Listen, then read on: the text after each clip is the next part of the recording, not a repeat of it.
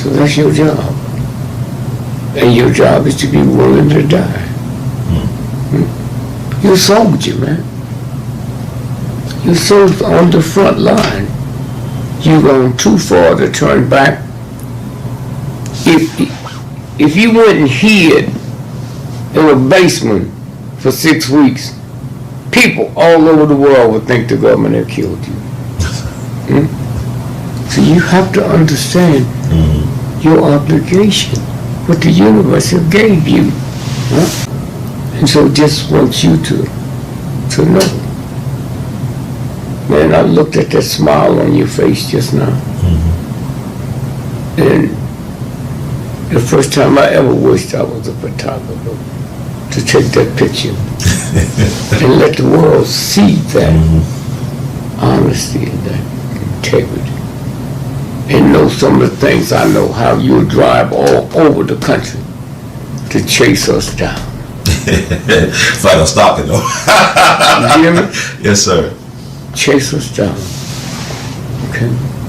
I do feel like I have an obligation for people. I mean, it's bigger than me. Yeah, no. Yeah. But no, being business, you can't see it. It was business to Trump. He saw nothing. All right. Okay? Well, I just saw it, that smile. Okay. And so again, I just say, man, I thank you. I look at Kathy Hughes, what she's able to do with that children. I look at Carl Nelson, the Joe Madisons. You know, some can go further than others because some got leeway. But I just say, man, to sit here, my birthday, it's a weekend. Thank you for contributing to my birthday. You know, all I say is thank you. We move so fast. I don't know if you're married, I don't know if you're a family, I don't know if you're a wife. But when we get on here, we bosom friends.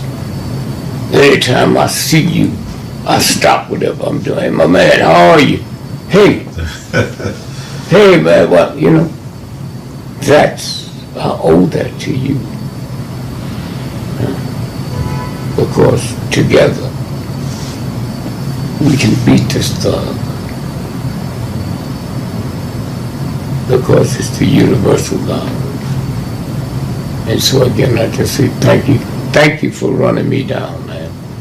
So again, but that's the obligation that you have. How old are you?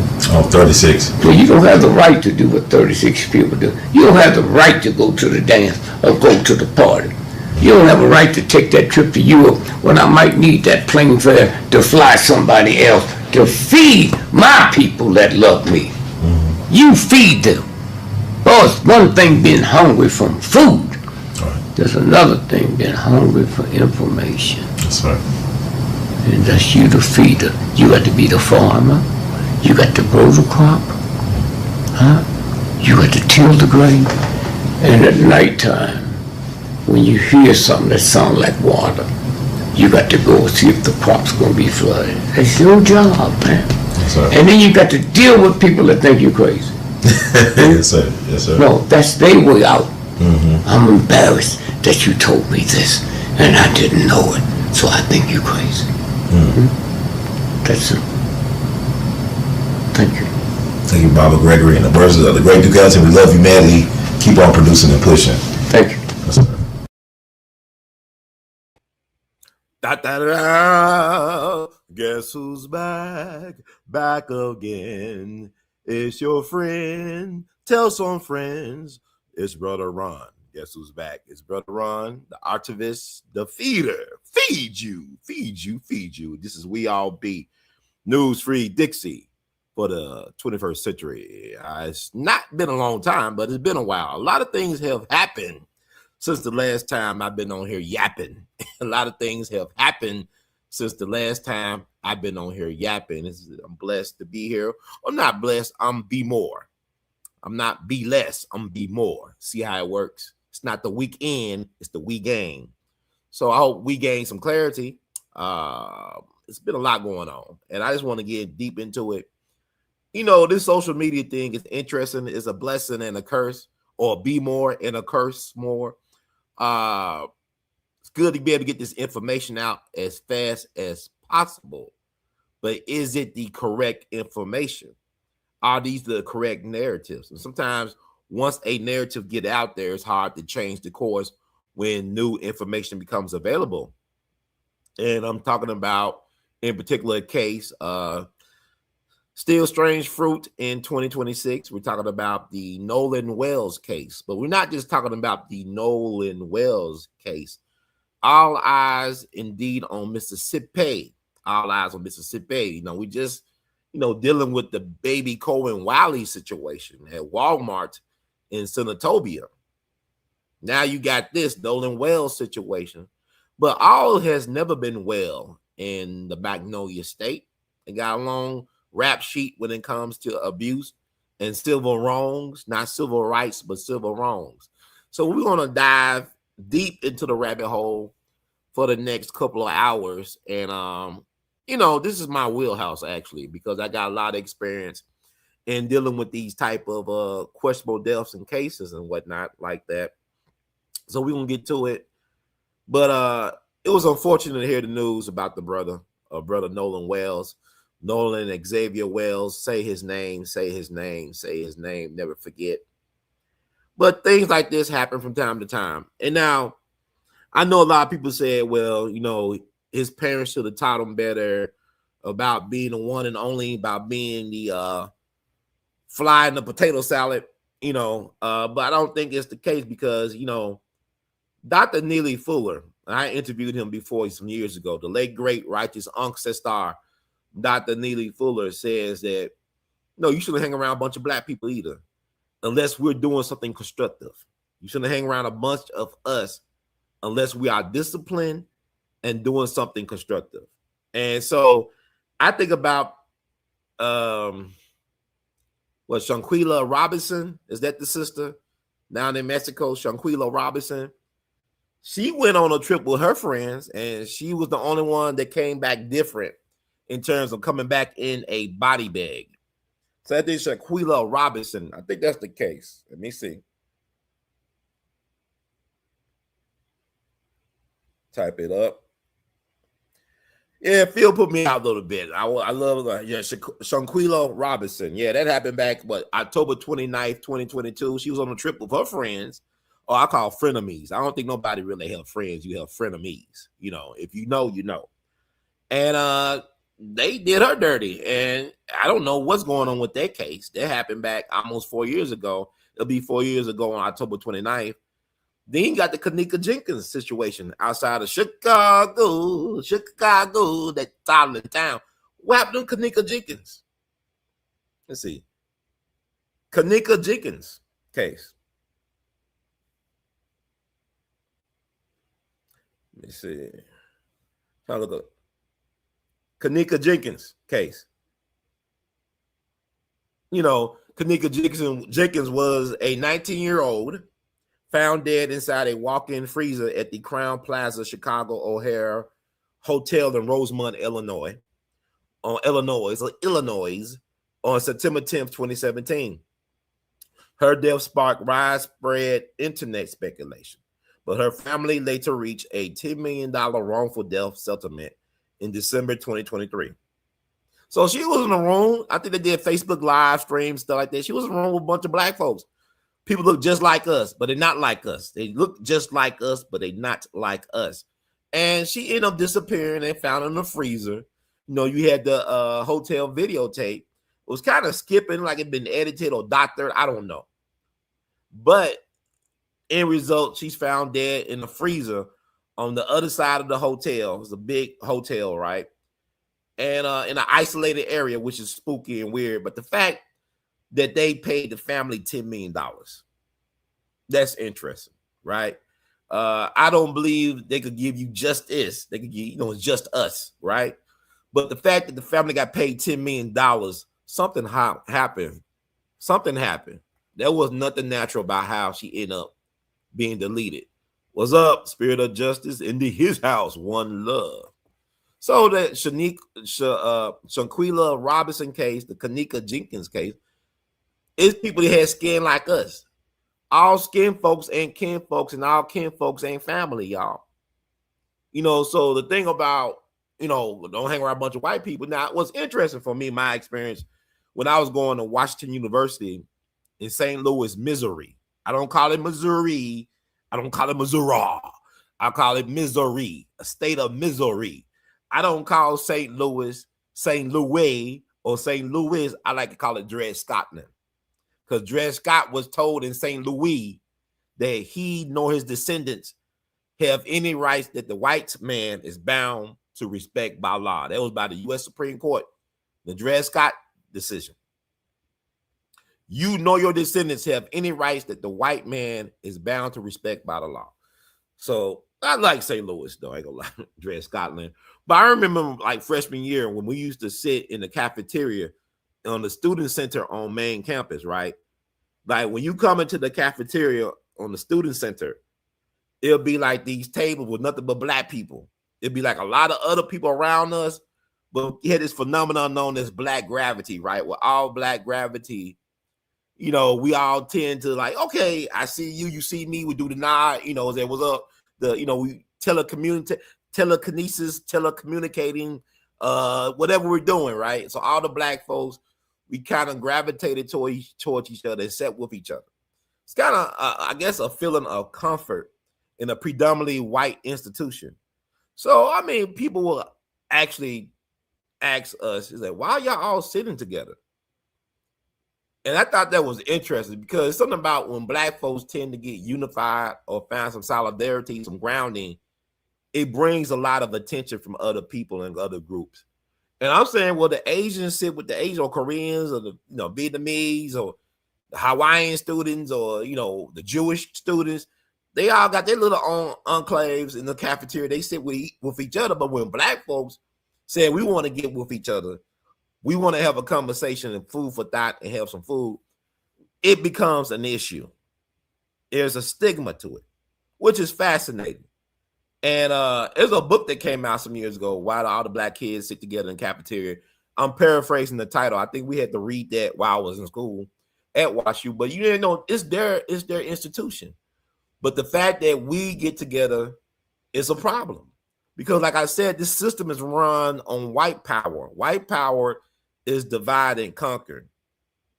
Black power is unity and solidarity. And black power has nothing to do with black supremacy. When I'm talking about black power, it's not saying that black people are superior to any other group of so-called people. The race thing is really silly because we all human beings, or we should be, more humane than others, right? But if you look at so-called black people, we are the originals. Everybody come out of us. So my thing is, we need to understand that, there is an issue. Sometimes if you are in a system that's meant to cut you before you get started, to make you quit before you get started, then you got to understand the system does not benefit you if you're trying to live a full life. If you're really trying to have self-determination in a system that's all about cutting resources and access from you, then you got to ask yourself a question. Why are you putting all this energy into a institute, into any situation that's never going to give you nothing but diminished returns? I need y'all to understand what I'm saying. Like some people don't understand the power of your energy.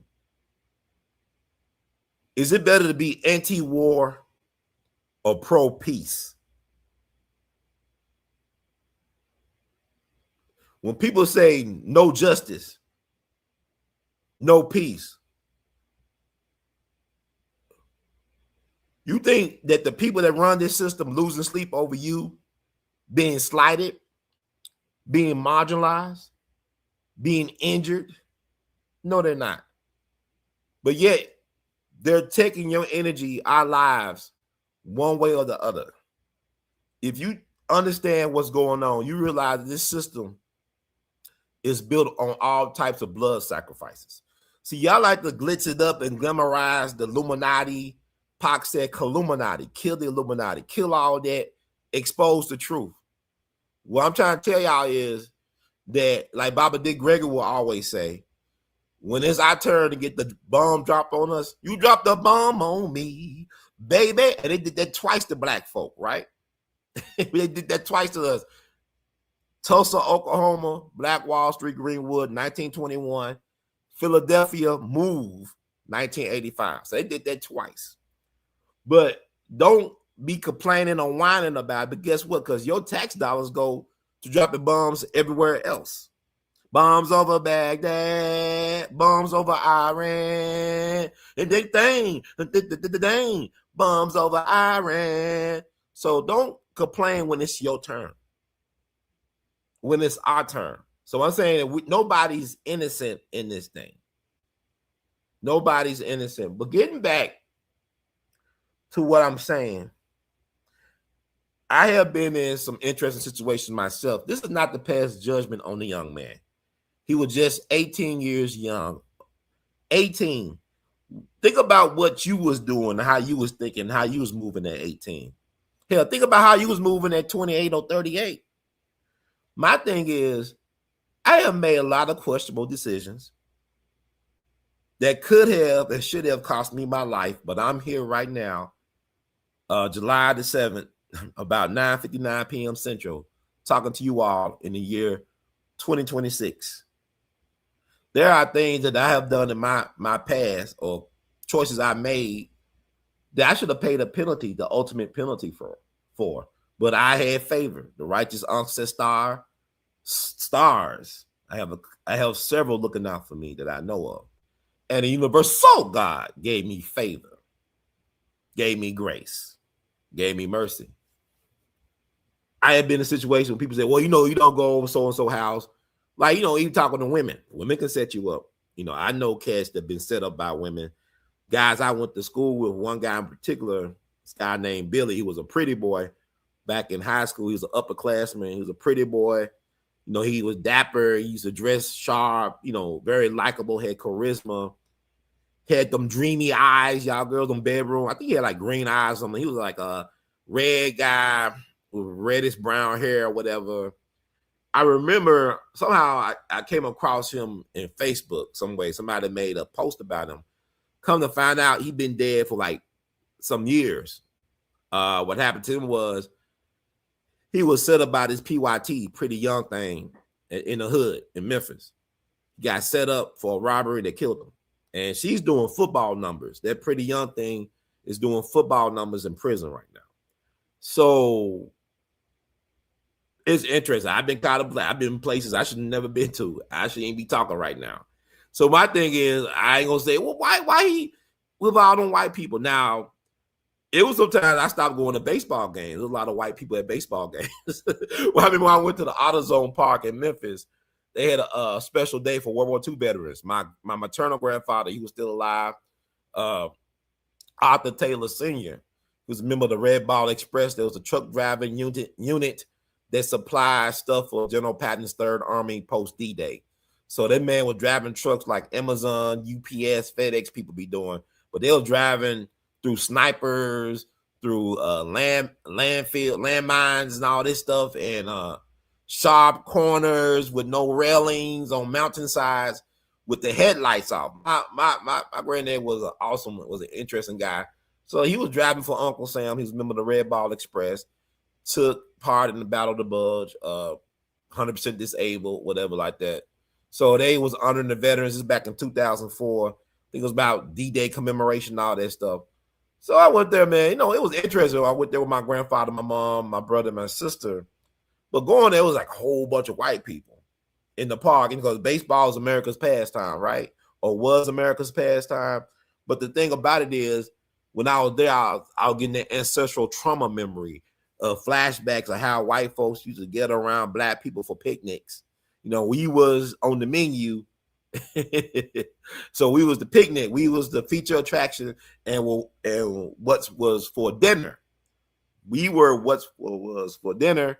There's been documented evidence of cannibalism, cannibalizing black bodies, this culture. Also, black babies being used as gator bait down in places like Florida. It's been documented. And also, our torture was their entertainment because, they'll take pictures of us being mutilated, being burnt alive, sliced alive, and all that stuff. And they'll make these pictures into postcards.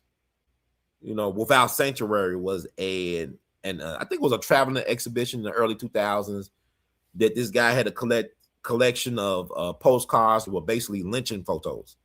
And then people sent these throughout the country. I remember Dr. W.E.B. Du Bois walking in Atlanta when he was teaching down in Atlanta back in the day. He actually saw the body parts of Sam Holes, who was lynched by a white mob outside of Atlanta. They actually had his body parts on sale at the store. They used to sell black people body parts. You pickle them, sell black people body parts at stores. Like, imagine going to Walmart and seeing black folks' body parts on display. But like Bob D. Gregory said, one of the biggest things going is organ harvesting. But people don't understand that lynchings were very ritualistic. It's a form of sex magic. I would classify it as a form of sex magic because a lot of times what they'll do to these black men, they lynch everybody. They lynch boys, girls, women, black, but also white folks were lynched as well too.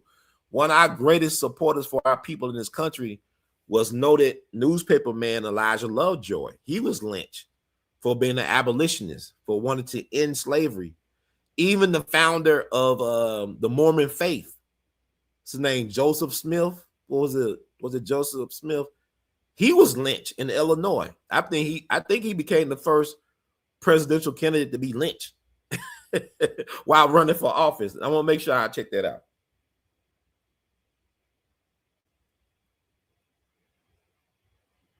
I want to call on Phil, but Phil can't be trusted right now. But I might call him for color commentary, for fact checking.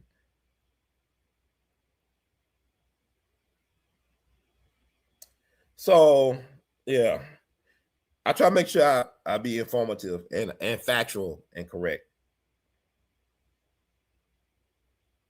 Yes, Joseph Smith, the founder of the Latter-day Saint movement, the Mormons, was lynched by a mob on June 27, 1844.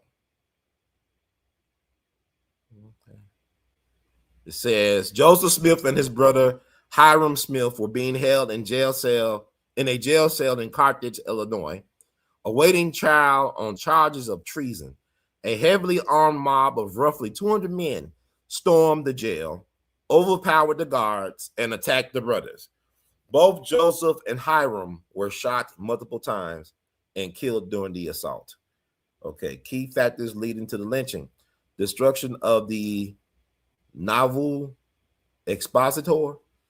Smith, acting as the mayor of Nauvoo, I think I'm saying Nauvoo, Illinois, ordered the destruction of a critical anti-Mormon newspaper printing press. This action caused severe public outrage and led to his arrest. Political power. Non-Mormon neighbors feared the growing political and economic influence of the Mormon community in Illinois. Polygamy. Secret rumors and public confirmations of Smith practicing plural marriage caused intense social and religious friction. The Nauvoo Legion. Smith had established a massive state-sanctioned local militia, which nearby residents viewed as a dangerous threat. So, was he running for president? There's a lot to be said. I'm going to tie it back to what it got to do with black folks, what I just said. Yes, Joseph Smith was actively running for president of the United States when he was killed. He is historically recognized as the first American presidential candidate to be assassinated. Wow. And he was lynched. That's a classic lynching. When you are denied due process, they broke him out of jail, armed mob, broke him out of jail, denied him due process and killed them. And also, you think about censorship. You're trying to control the press. First Amendment. Look, think about what we're doing in social media, how they try to suppress our freedom of speech. Think about all the stuff. Y'all got to say silly words like unalive and grape and stuff like that. I love grapes, but I don't love the other word that grape is used to cover. I love grapes, though, especially the seeded grapes. But what I'm saying is This is crazy.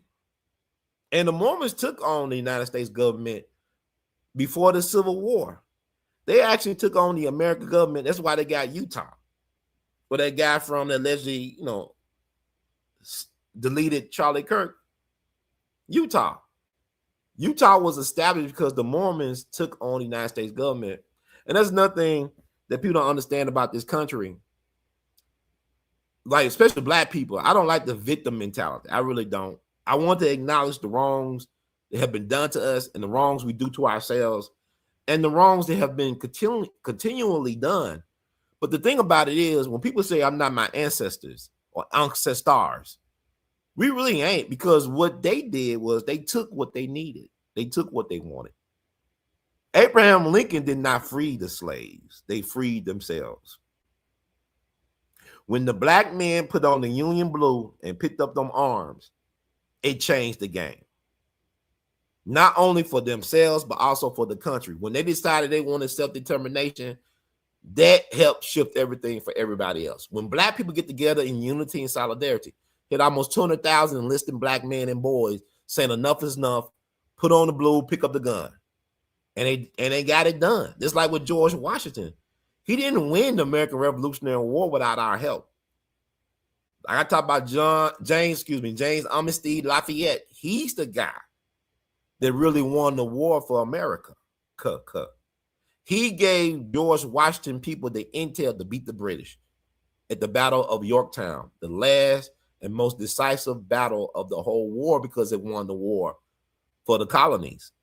And because that black man risking his life being a double spy, a double agent. And I'm going to keep on talking about that because I think it's really sad that a lot of our people don't understand that they can't erase us. Because if they erase us, they erase everything. We in everything. We in the founding fathers they won't acknowledge were black American natives and also white people like Thomas Paine. Thomas Paine was like one of the most important founding fathers. The rights of man, common sense, or I think common sense. What did Thomas Paine write? Cause I want to get it right. Cause I don't feel like doing no. Oh man, I got to do a correction the next live, right? Thomas Paine wrote Common Sense and Rights of Man. I think.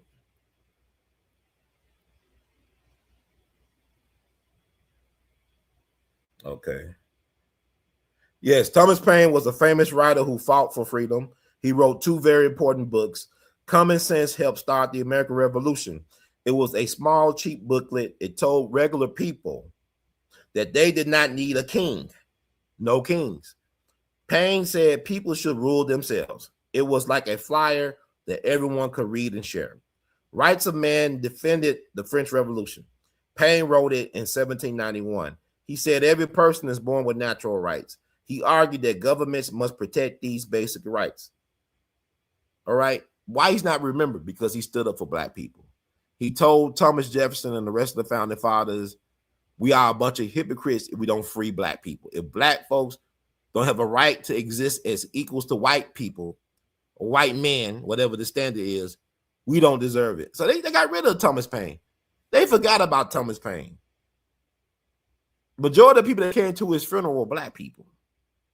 And then they lost his body. We don't even know what Thomas Paine's remains are to this day. Let me see. Thomas Paine funeral was attended by mostly black people.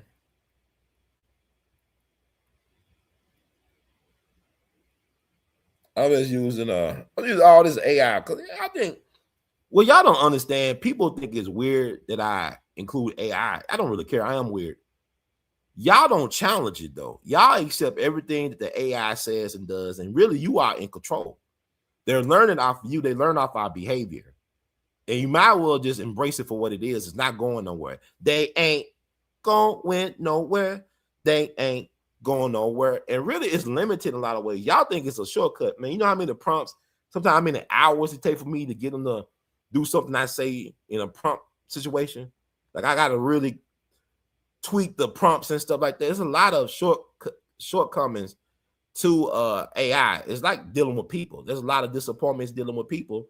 But once you understand that people are created to disappoint, then the disappointments don't become disappointment. They become, hey, it's part of the course. Same thing with AI. Same thing. Thomas Paine funeral. Mostly black people. So I gotta talk to myself. I talk to myself a lot. Yes, this is mostly true. Only 6 mourners attended the 1809 funeral of Thomas Paine, the famous writer of Common Sense. 2 of those 6 attendees were black. So only 6 people came to his funeral. This is one of the founding fathers, one of the most important founding fathers. Imagine if he had social media back in the day with common sense and rights of man. Imagine he was able to do that. He changed the world with one pamphlet. People say books don't change the world. Words create worlds, right? Uncle Tom's Cabin did have a say in the coming American Civil War. People always want to downplay artists. Why do they put artists? Look at music artists. Why do they go to all these extremes to control these artists through drugs, bad contracts, all types of things? Because artists are dangerous because we're thought provocateurs. We provoke people to think. And if you're trying to control people's way of seeing and viewing and thinking, then they want to limit your influence or control you as an influence as much as possible. When Joseph Stalin, the dictator of the Soviet Union, when he was doing his purges, the first people he would get rid of were the artists, the people that would challenge the narrative. Even they knew the power of propaganda. They had a certain type of realism in their art. They didn't believe in the abstract expressionism, the cubism. They wanted straight realism as a part of their propaganda machine. You know, think about the fact that Picasso was so whatever that the Nazis wouldn't even touch his studio in Paris. The Nazis did not bother with Picasso. They left him alone for whatever reason. They did not touch Picasso stuff. You know, Picasso did that powerful piece called Guernica. There was a critique on the Spanish Civil War. He was critiquing the Spanish Civil War and Franco, General Franco, who was a close ally and associate of Adolf Hitler. So it's something about the art. But like, you know, I think about what Dick Gregory told me, how he detoxed John Lennon and Yoko Ono over in Europe in his mansion, his cave mansion. And John Lennon said that the Beatles were brought over to America to get the young people hooked on drugs. The Beatles came over here, I think, in 1964. What happened in 1963? The assassination of JFK. So, you know, the Warren Commission report came out. People are still questioning the lone gunman theory. In American history, it's never a lone gun man. It's the lone gun men. It's plural. So, okay, they asked too many questions. Get them hooked on this. Lucy in the Sky with Diamonds, LSD. Hey Jude, heroin. LSD was a government project and product. So, okay, it said the 6 attendees were a woman and her son who lived on Paine's charity, a sympathetic Quaker man, 2 black men who walked behind the carriage to pay their respects. Why the turnout was so small? Paine's radical ideas. He wrote a book called The Age of Reason that strongly criticized organized religion. This angered many religious Americans. His political views.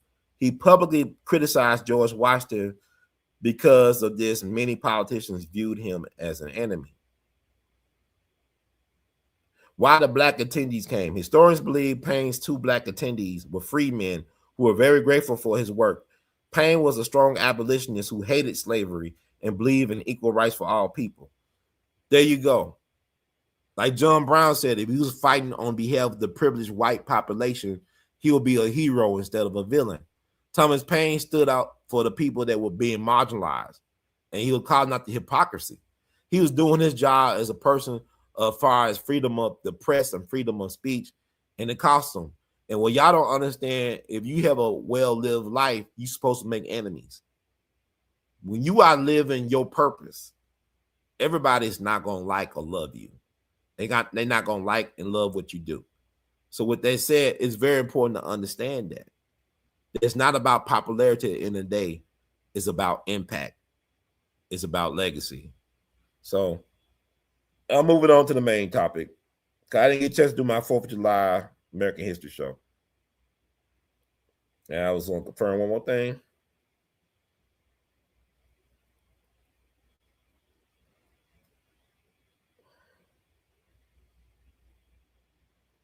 Yes, Thomas Paine's body was dug up, shipped across the ocean, and completely lost. Today, his remains are scattered across the globe, and no one knows where most of his skeleton is. So it was okay. I'm gonna read this part. I think it's interesting. So it was a grave robbery in 1819. 10 years after Paine died, an English political writer named William Cobbett decided that Paine deserved a grand monument in his home country of England. Cobbett traveled to New Rochelle, New York, dug up Paine's bones, and shipped him back to Great Britain. Left in the trunk. Cobbett's plan completely failed. He could not raise enough money to build the monument. Instead of a grand burial, Paine's bones spent 15 years locked inside a wooden trunk in Cobbett's attic. The Great Dispersal. When Cobbett died in 1835, his property passed to a neighbor, and the trunk of bones went missing. Over the next several decades, the skeleton, this is crazy, was split up, sold, and passed around like souvenirs. Where are the bones now? The skull. The skull is rumored to have traveled to Europe and might currently be stored in a safe deposit box in Sydney, Australia, though this has never been scientifically verified. The brain. The Thomas Paine National Historical Association managed to secure a small piece of his brain and locks of his hair. The brain fragment is buried under the Paine Monument in New Rochelle, New York. The rest of the body. Dozens of rumors exist. Some urban legends claim his bones were melted down to make coat buttons. A jawbone was spotted in Brighton, and a leg bone was allegedly hidden inside the wall of an English tavern. As historians often note, the fact that his body is scattered to the four corners of the earth is fitting for a man who famously wrote, "The world is my country." So that's interesting. I didn't know about that part tonight. Thomas Paine, interesting guy. But there's no buildings, no schools, no streets, no institutions in America named for a very important founding father. So I know y'all gotta understand, like the paraphrase, I think Napoleon said, the official story is the official lie. So anyway, move on to tonight's subject. Say you wear the magic glasses as per Baba Dick Greg. I thank you for that. Let's talk about what's going on down in Mississippi. There's always something going on. I'm in backyard Mississippi. I'm in Memphis, Tennessee, known as the capital of the Delta. That what Reverend C.T. Vivian told me, and that's what's true. This is the biggest city in the Mississippi Delta, and Memphis is very historic. But we all got a special connection to Mississippi. Everybody, the whole country is rooted in Mississippi. Like Malcolm X said, anything south of Canada is Mississippi. So I want to dig deep into this Nolan Wells situation. So like he was out partying with his best friends, good friends. I call frenemies, it sounds like. They took a boat trip to Horn Island, which is off the coast of Mississippi. So some miles, not that many miles off the coast of Mississippi. Could only access the island via boat. So he went on a boat with some of his friends to the island for the 4th of July, the 250th anniversary of America's birth. And he was the only black guy in that boat, which is interesting. Now his friends, his good black friends came out when they made the announcements, whatever, discovered the body. They was there Monday, and they spoke and on social media as well. They talked about how they wasn't able to make it with him on that boat. One guy came and had to go on another boat, but he came back home.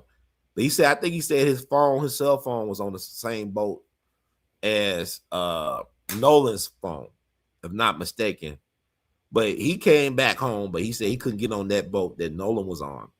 So he took another boat to and from the island. And there's alleged video footage of an incident of an altercation with Nolan and his buddies. They have not been verified or identified.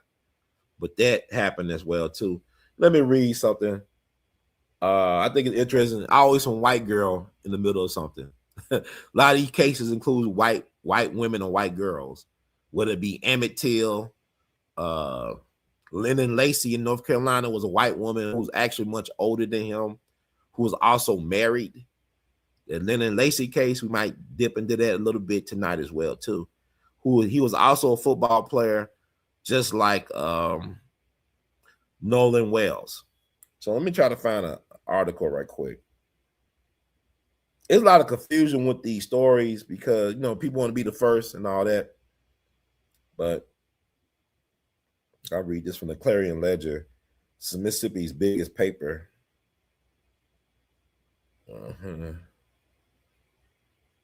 See if I get the right. Body matching missing Mississippi football players description found. This is from the Clarion Ledger by Bunny Bowden, Mississippi Clarion Ledger. Now, this is their big paper down in Mississippi. They're out of Jackson, Mississippi, I believe. Award-winning investigative journalist and MacArthur Genius Grant recipient Jerry Mitchell. He works for that paper, or he did. He's brilliant guy. I interviewed him on We All Be several times, met him in person, gave him a We All Be Lifetime Achievement Award back in 2015. Good guy. So it said a body matching the description of missing Mississippi teen Nolan Wells was found during a search on Horn Island. According to authorities, DNA identification is still pending. What we know. A Mississippi teen vanished during a July 4th trip to Horn Island. The search was officially called off on Monday morning after crews found a body on the northwest end of the island. Officials have not yet identified the person. Now, what's interesting that they keep on changing who actually found the body, because at first they said a fisherman found his body. Then the United Cajun Search and Rescue People volunteer group, I think they said they found the body, or people gave them credit for finding a body.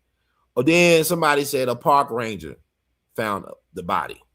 So they keep on changing. Like Baba D. Gregory would say, the first, narrative is not the last, it's the rough draft. So they give you several rough drafts before they come out with the official story. And like Napoleon would say, the official story is the official line. Everybody, the powers they think they'd be agree upon.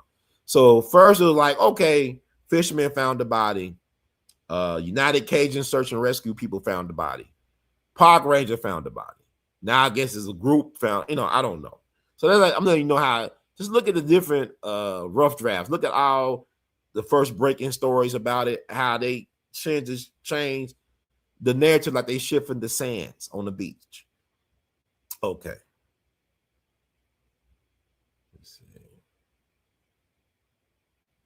Sheriff John Ledbetter told WLOX that a body was found during the search Monday morning. According to their reporting, a park ranger found it around 8:45 a.m. So now, what I said earlier, right? It said in the same article, see, look at you got to hide in the contradiction when it comes to critical thinking. What it say in the beginning of the article? It said the search was officially called off on Monday morning after crews, more than one crew, found a body on the northwest end of the island. Officials have not yet identified the person. Now, I just read this, right? Sheriff John Ledbetter told WLOX that a body was found during the search Monday morning. According to their reporting, a park ranger. Now, at first, earlier did not say crews. Now we say a park ranger found it around 8:45 a.m. See how it works? The games. We can't get a straight answer about who actually found the body. Illuminati, where's the body? We got the body. Who got the body? Nobody. See how it works? Okay. Jackson County Coroner Bruce Lynn confirmed to the Sun Herald that the body matches Wales' description. He said the Mississippi State Medical Examiner's Office has not yet identified the body through DNA testing. The search was called off according to an update from the United Cajun Navy. That's what I'm talking about. The United Cajun Navy shared around 11:20 a.m. The volunteers were helping government agencies with a search of the barrier island that included people on foot, in boats, and using planes. So all them people were trying to find this guy who disappeared after 4 p.m. on Saturday, July the 4th. It took all those people on that small island. That island ain't that big, y'all. So you got all these search teams and crews. They couldn't find that body until Monday, or a body until Monday. What's really going on? It's like, it reminds me of that Chandra Levy case, that intern that worked for that California representative who disappeared in D.C. in a park back in 2003. And they searched where she disappeared at. And then, like, I think a couple of months or a month or so later, I don't know exactly, but not that long thereafter, maybe a month or a couple of months, they found her skeletal remains in the same place they searched at. Wow, people get lost in national parks and forests. You got all these search crews and teams looking all over the place. And then a lot of times, not all the times, a lot of people end up just staying missing. They'll find the body where they initially looked at. For whatever reason, the earth coughs up the body. Not all the time, but sometimes. So I'm saying this is weird already. And Mississippi is strange anyway. I love Mississippi. Mississippi, way do our people is very strange because we don't want to acknowledge the patterns. And that's why we keep on getting messed up, because we're not learning the history. We're not observing the patterns and how they do business. We're not understanding. We don't want to overstand and understand, because knowledge is a responsibility. Knowledge, you got to hold yourself accountable, especially you are responsible, because knowledge is powerful. You know, knowledge is the currency of the universe. So even in all these contradictions, I'm reading one story, they're giving all these contradictions about who found the body. Okay. Missing teen's mother shares heartbreak. Kristen Wansley, Wells's mother, shared more information and photos in a series of social media. Let's see. I make sure I skip this. Okay, she shared, and keep on hopping around, shared more information and photos in a series of social media posts from when he went missing until Monday afternoon. Wells, who also goes by No, which is interesting. Nolan, No. Emmett, I believe, went by Bobo. So he went by No, and Emmett went by Bobo. Who write these scripts? Was last seen on the northwest tip of Horn Island around 4:30 p.m. July the 4th. Investigators were still trying to determine when he left the island and who he was with as of Monday morning. They said he was with a white girl, a pretty young thing, a white girl. A magnolia. He was with a white girl. There's always some white girl, white woman in the mix somewhere. In a lot of these cases, always some white woman or women in the mix somewhere. Like some Othello stuff. And my thing is, people want to make everything about race. It's about human nature. Like, to paraphrase the great historian J.A. Rogers, nature knows no color line. So, I mean, it's easy to get caught up in the black and white, but it's more about the shades of gray. So anyway, see how that works. Early Monday, before the body was found, she said their hearts were broken and the family was praying he be found alive and safe.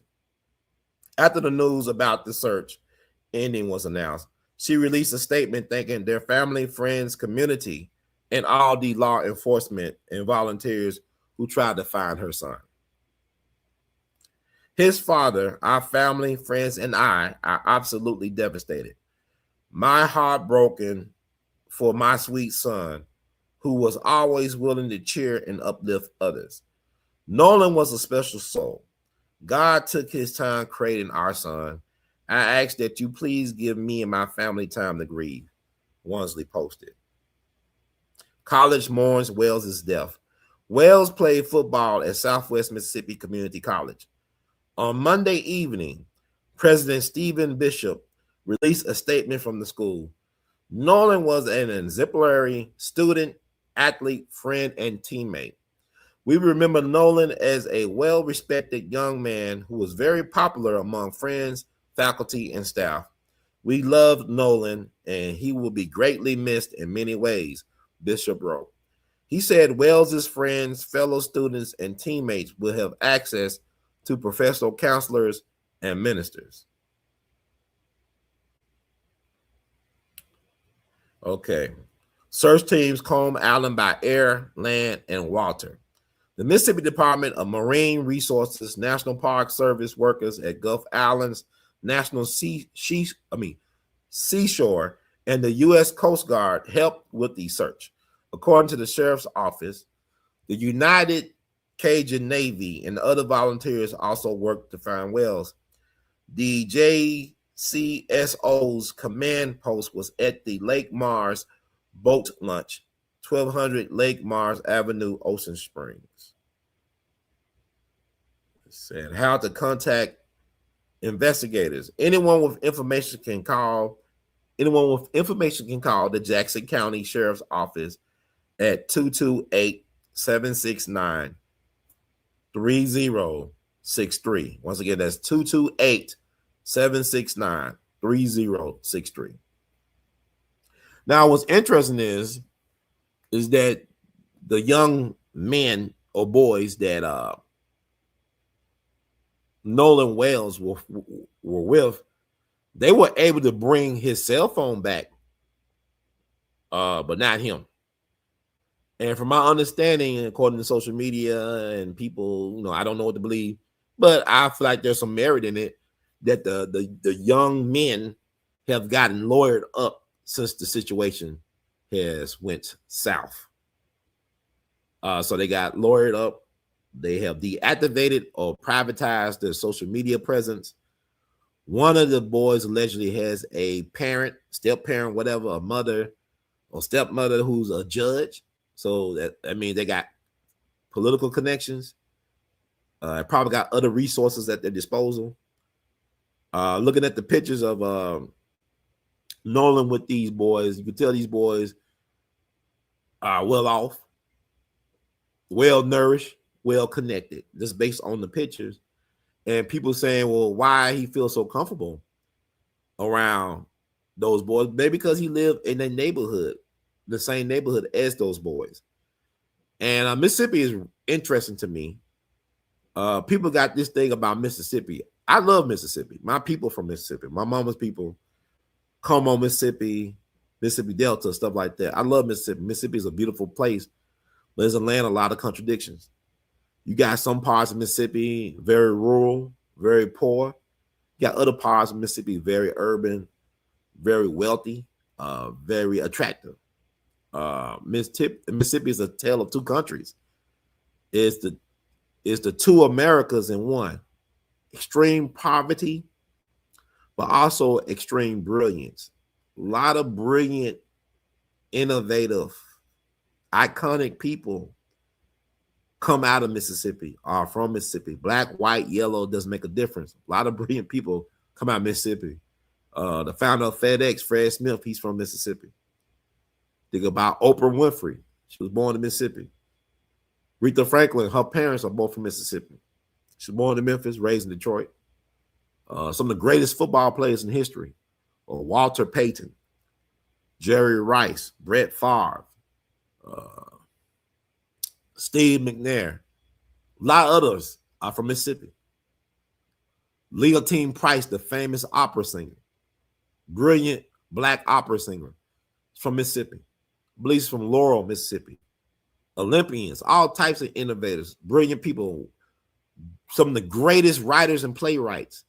Tennessee Williams, Columbus, Mississippi. William Faulkner, who said the past is never past. Mississippi. So put some respect on Mississippi's name. Medgar Evers, come on, Charles Evers. Mississippi is incredible. But yet you got all these extremes. And it really is a mirror to America. I mean, Mississippi is the root of America. Everything come out of Mississippi. Like Malcolm said, anything south of Canada is Mississippi. So I'm not afraid of Mississippi like a lot of people. My thing is, be honest with you, Arkansas is more gangster to me in a lot of ways than Mississippi, because Arkansas be doing Mississippi stuff, but they know how to hide it better. Arkansas can hide their stuff better than Mississippi. Mississippi is more honest about their stuff. Understand? But anyway, getting back to what I'm saying, same old story. It's not just about race. It's about power and privilege and access. Thing about it is, what if they had social media in Emmett Till's day? What if they had social media back in 1955? how would an Emmett Till case played out? Because a lot of us think we know about the Emmett Till case. You got this dude named Matt Walsh pulling stuff out his assets, something like he was there, like he time traveled back to August of 1955. He had like he knows what happened at Bryant's store on that Wednesday in 1955, August 1955. He act like he was there.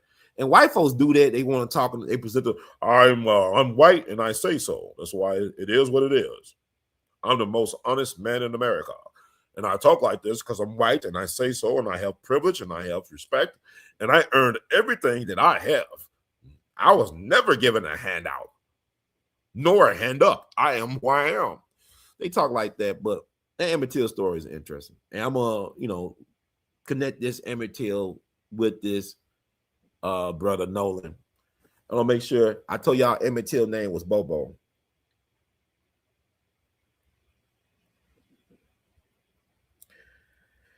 I can't trust Phil, man. I love Phil, but Phil can't be trusted. He's just like people, man. I can't, he's like an addict. I can't trust him, man. I love him, but I can't trust him. Yes, that is correct. Emmett Till's family and friends call him Bobo. So you got a dude named Nolan named Bobo. That's his nickname.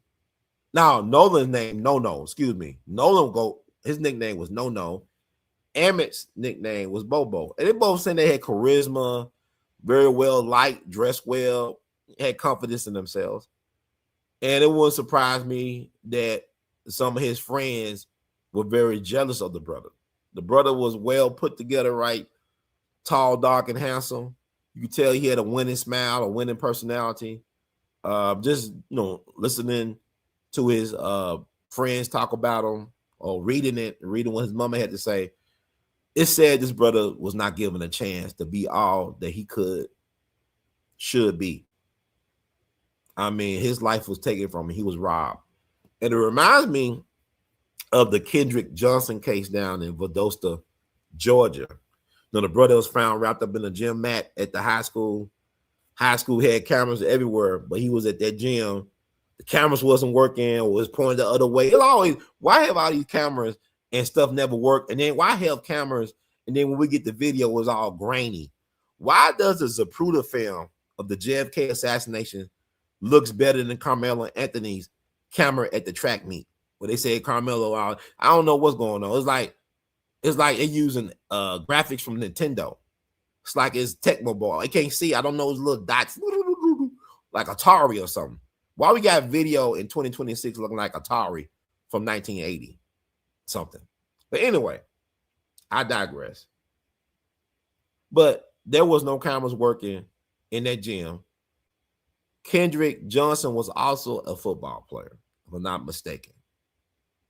And the girls was into him. He was a handsome guy. He had his locks, whatever. And allegedly there was some tension between him and these brothers, white boys. Just some good old boys. I think they were football players too. Interesting.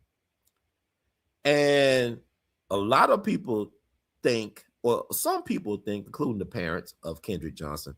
I actually interviewed the parents of Kendrick Johnson on my show, as well as their lawyer at the time. Some years ago, I'm going to re-upload that video and make it circle around again because we need justice for Kendrick Johnson. This is like a never-ending story with black folks, right? Never-ending story. But allegedly, they got mad at him because girls were choosing him. From my understanding, that's one perspective on the story. The women, they was into a girl or whatever, and the women were into him. The girls at the school, your cat chose me. Like he was a Mac, he was well liked, but guess what? Allegedly got to fight with these brothers. They snuffed him out, rolled him up in the gym mat, and people trying to justify that. He fell into the gym mat trying to get his shoes, whatever. They exhumed that man's body or that boy. He was not a man. I'm sorry. We always want to victimize our victims again. These were boys, teens. These were not grown men. Emmett Till was just 14. Tamir Rice was just 12. Baby Coleman was just 1 year old. He wasn't a toddler. They always try to make black boys older to justify, well, they was a threat. If he's a man, he's aggressive. All that testosterone. And you know, all what testosterone? You got us all soiled baby up, got all this soy and everything. That's another story, another show for another day. All this soy everywhere, my boy. But anyway, their father, from my understanding, the brothers who had issues, white brothers who had issues with Kendrick, their father was Georgia Bureau of Investigation. He was GBI. That's like the state's, you know, version of the FBI.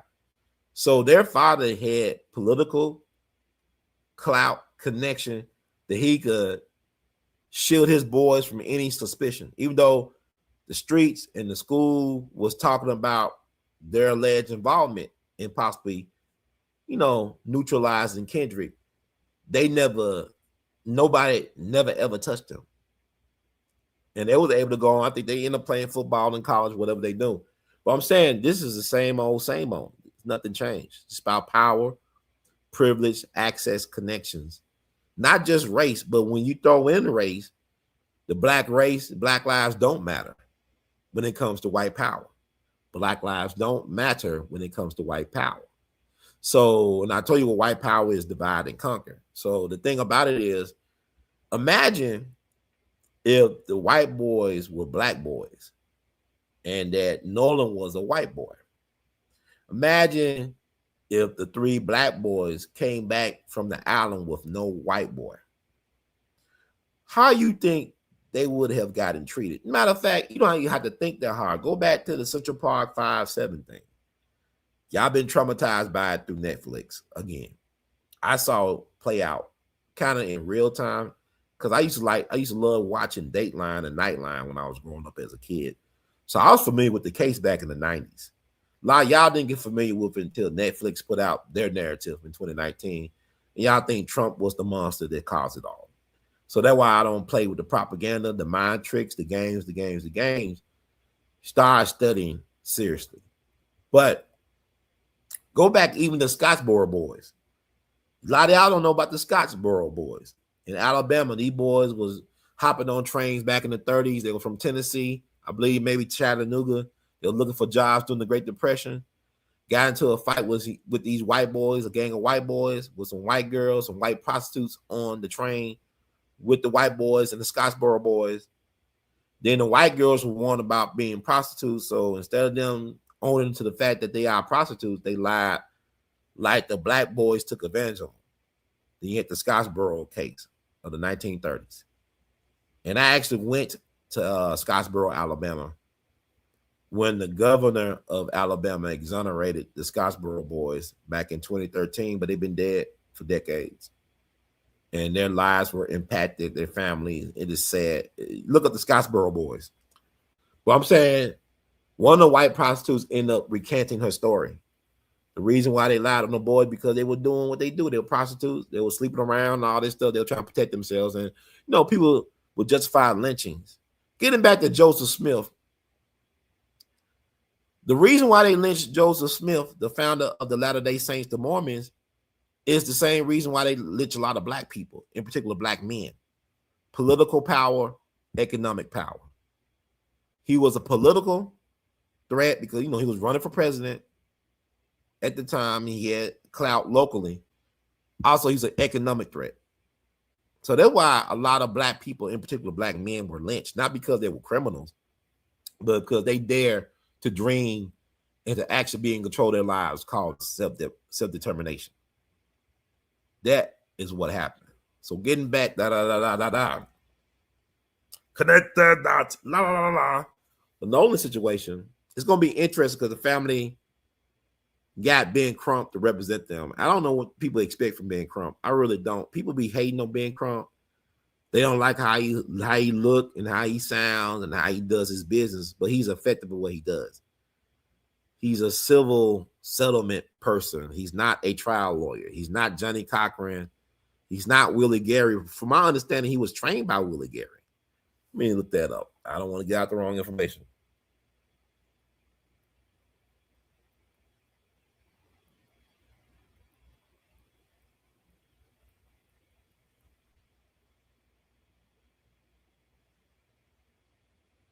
Okay.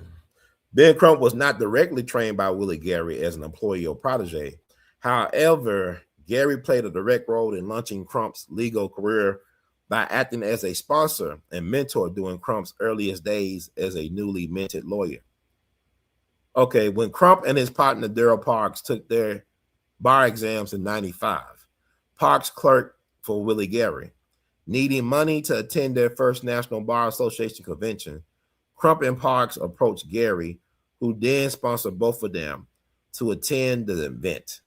Crump went on to cite Gary as a major civil rights inspiration and leader who shaped his path. Now, Willie Gary, they did the movies several years ago, not that long ago, featuring Jamie Foxx as Willie Gary on Amazon Prime, and Tom Lee Jones plays his client. Willie Gary got some of the largest civil settlements in U.S. judicial history. That man is the GOAT. Okay. Make sure I'm going to verify.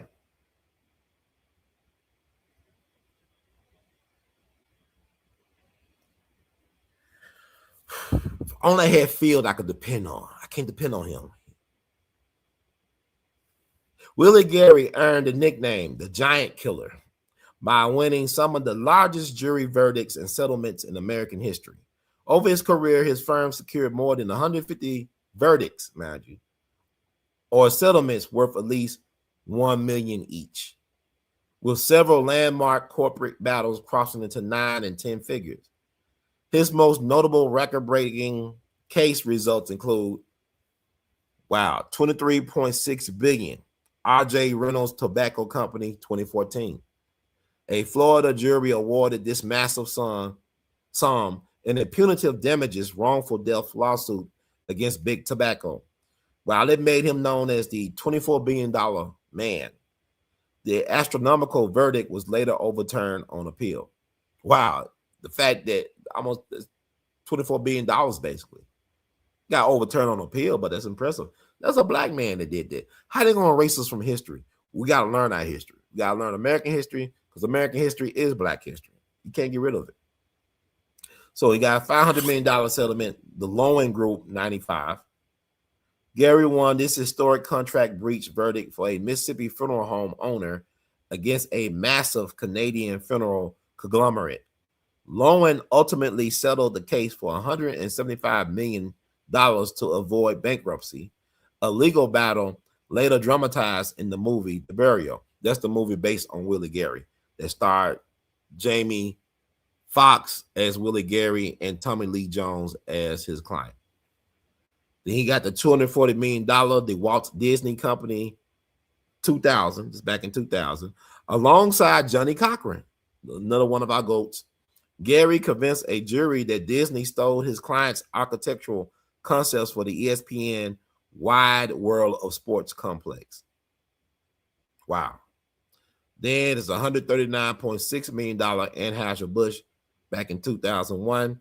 He secured a major breach of contract verdict against the world's largest brewer on behalf of the family of baseball legend, Roger Maris. Y'all know who Roger Maris was? He was a guy that played for the Yankees back in the 1960s. He broke Babe Ruth's home run record for a season. He had like 61 home runs in one season. And they dramatized this chase in the HBO movie. Pretty good movie. I think it was directed by Billy Crystal. Roger Maris and Mickey Mantle was going at it too, but he ended up falling short and Roger got it. Then eventually that was broken by Mark McGuire and then Barry Bonds, right? But that's interesting. I didn't know about that. And he also owns a private plane. He owns a private jet, I believe. I'm gonna make sure that's right. We always talking about black people. See, a lot of us, why is Willie Gary not a household name for black people?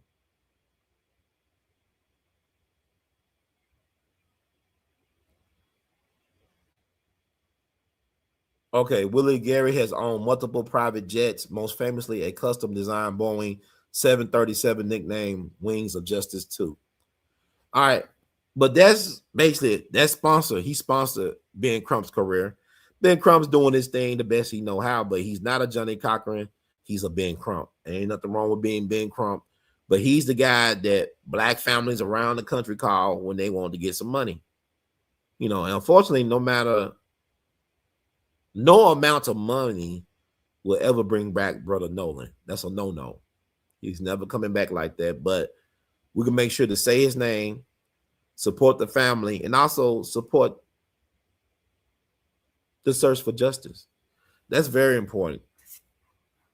And I guess we're gonna take a break, not a break, but I'm gonna play some video. Cause I want y'all to do a practice that Baba D. Gregory told me about. And for the most part, it helps me. You know, God works in mysterious ways, you know what I'm saying? It helps me, but I wanna, get that out there. And this is We All Be, News Free Dixie for the 21st century.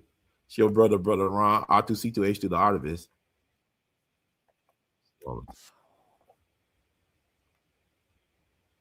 Get y'all hip to this. I don't know. I am weird. I ain't gonna lie to you. I'm an acquired taste. I know that, but at least I love myself. It don't make a difference if y'all like or love me or hate me. As long as I love myself, I'm good. And I'm doing one. Nope, that's not the right one. And we are in the Mercury retrograde. But I want to. Time be flying, man. I want to make sure I get through all my talking points. I can always do a part 2, right? Oh, y'all want me to go talk for 6 hours? I ain't gonna talk for 6 hours. But this is what y'all can do if y'all feeling blue, don't know what to do. Always pray at noon. We all be. Greetings, family. This is Brother Ron, your brother, R2C2H2, the artivist. Today's date is Tuesday, July 7th, 2026. A little bit after noon. After 12. My Jegna, Baba D. Gregory, would always say, if you want to know the truth about anything or anyone, pray at noon for the truth to come out. Well, I'm at the grave of Sister Thea. This is Thea's place. Saint Thea Bowman, soon to be Saint Thea Bowman. She is a daughter of Mississippi. She was born, raised, and she died in Mississippi, but she's buried in Memphis, which is the capital of the Mississippi Delta as far as I'm concerned. But I'm here today to make a request of her and of the Most High for the truth to come out about what happened to a native son of Mississippi, Nolan Xavier Wells. But not only him, but also the other strange fruits of Mississippi. People like Otis Byrd. Let's say Otis Byrd, right. Frederick Jermaine Carter. Baby Cohen Wiley. May the truth come out. I'm asking for this righteous ancestor, along with the Most High, Universal God, to intervene on our behalf. The ancestors are very restless in this period, folks. They are also disappointed in us because we did not, as they say, bury the man and continue to plan. We are too busy reacting instead of being revolutionary. Need to be more strategic than panic. But I pray to the Most High with the help of Saint Thea at Thea's place for that truth to come out about everything.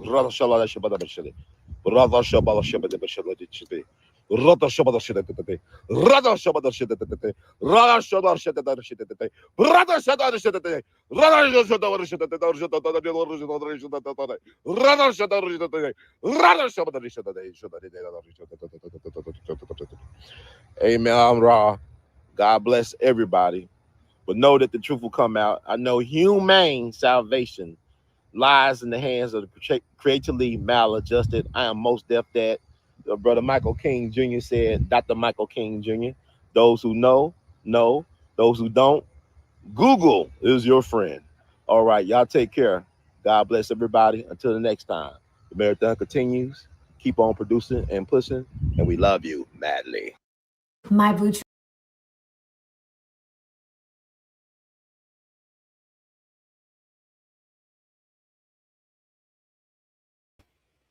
Yes, pray at noon. Focus wherever you at. If you want the truth to come out about anything, pray at noon. I mean, I normally pray for one thing once. I don't keep on praying. I just do it one time. And the truth is slowly making its rounds, of course, but lies travel faster than the truth back in the day and today. So with that said, just be patient and ask for the spirit of discernment. Like, people are focused on color right now, black and white. I'm more focused on color of discernment and color of character at this point where we find ourselves. That's what I'm looking at. I'm not looking at a person's appearance. I'm looking at a person's integrity. So with that said, I mentioned something in there. This is like echoes of Frederick Jermaine Carter case and also the Otis Byrd case. I covered that back in 2015. This was a black man found hanging from a tree at his home. But like I said before, people searched his home, his property. He wasn't hanging from a tree. I think he disappeared. He went to a casino, I believe in Vicksburg. And he disappeared and people couldn't find him. Next thing you know, he's hanging from his tree, but he wasn't hanging from the tree. And they said, oh, he just did it to himself. That's what they do. There's a problem I had with Sandra Bland because they said that she, took herself out of here, right? We all saw that booking photo. She was dead in that picture. Like they were holding her eyes up. They taped her eyes open. The energy felt off in that picture. She may have died. They could have, unalive her, as y'all say, or deleted her, but also she could have maybe died from natural causes because she had a seizure, like epileptic fit. I don't know if she had a history of epilepsy or nothing like that. It's not excusing how she ended up dead, but a lot of things could have happened. They could have panicked and they could have she killed herself. But the thing about it is, we don't think critical. We so emotional. They claim that she hung herself with a garbage bag. Do anybody know the brand of garbage bag? Was the garbage bag that they said she used to hang herself with, was it ever a strength test? Did they do a strength test on said garbage bag? This is why we know black folk, we don't have no friends. Because if we had friends, we'd have people institute resources looking into cases like Sandra Bland and coming most likely to a different conclusion than the official story, because the official story is the official lie agreed upon as far as I'm concerned. But I want to play this thing I did back in the day about Otis Byrd back in 2015. Did a segment on my show. That case bothers me. Don't really bother me, but I think about that case ever so often because I look at the patterns. Like, people don't understand, everything runs on patterns. Like, Nolan ain't new. What happened to brother Nolan is not a new phenomenon. It's been happening. It's like we living in Groundhog Day mode. It's continually to happen because we don't want to deal with the truth of the matter. We really don't want the responsibility of what needs to be done as a collective to stop this stuff once and for all. We don't really want to go there. I know we don't want to go there. Why can't we be friends? Why can't we be friends? Sometimes frenemies, right? We frenemies, right? So with that said, I want to play this. I'm going to come back. I'm trying to fit all this stuff in and I could talk, as y'all can see. But this is We All Be, and I'm glad to be doing the people's work. Man, but it's crazy. God be with us all. God be with us all. But it needs to be done. But also I want to provide historical context. Yeah, I would like to get a lot of views and maybe go viral every once in a while. But I've been consistent and sometimes steady as she goes. So we're going to play this Otis Byrd the video I did back in 2015. See how it This is holds up. Judge Joe Brown, and we're listening to We All Be News. News-free Dixie for the 21st century.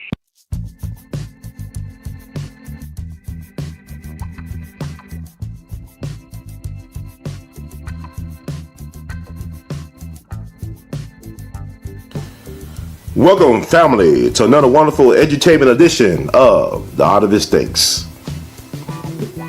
Today's show, I'll talk about the Otis Byrd hanging, lynching, suicide, whatever you want to call it, that happened in Mississippi last March. His body was discovered after being missing for several days. Otis Byrd, who was 54 years old, he did about 25 years in prison for murdering a white woman named Lucille Trim, who owned a country grocery store, I believe, for $101 of all things. He spent like 25 years in jail, was paroled in 2006. By all accounts, he did not get in trouble, kept to himself. Allegedly, he was dropped out at a casino on March 2nd. Allegedly, he was dropped out at a casino on March the 2nd and was not seen and was reported missing on March the 8th. And his body was found a couple weeks later near his home. And this is a couple questions I want to ask, or somebody need to answer for me if they can. It's a couple of things, because I actually have done investigating into a hanging case in Mississippi several years ago. It concerned a young black man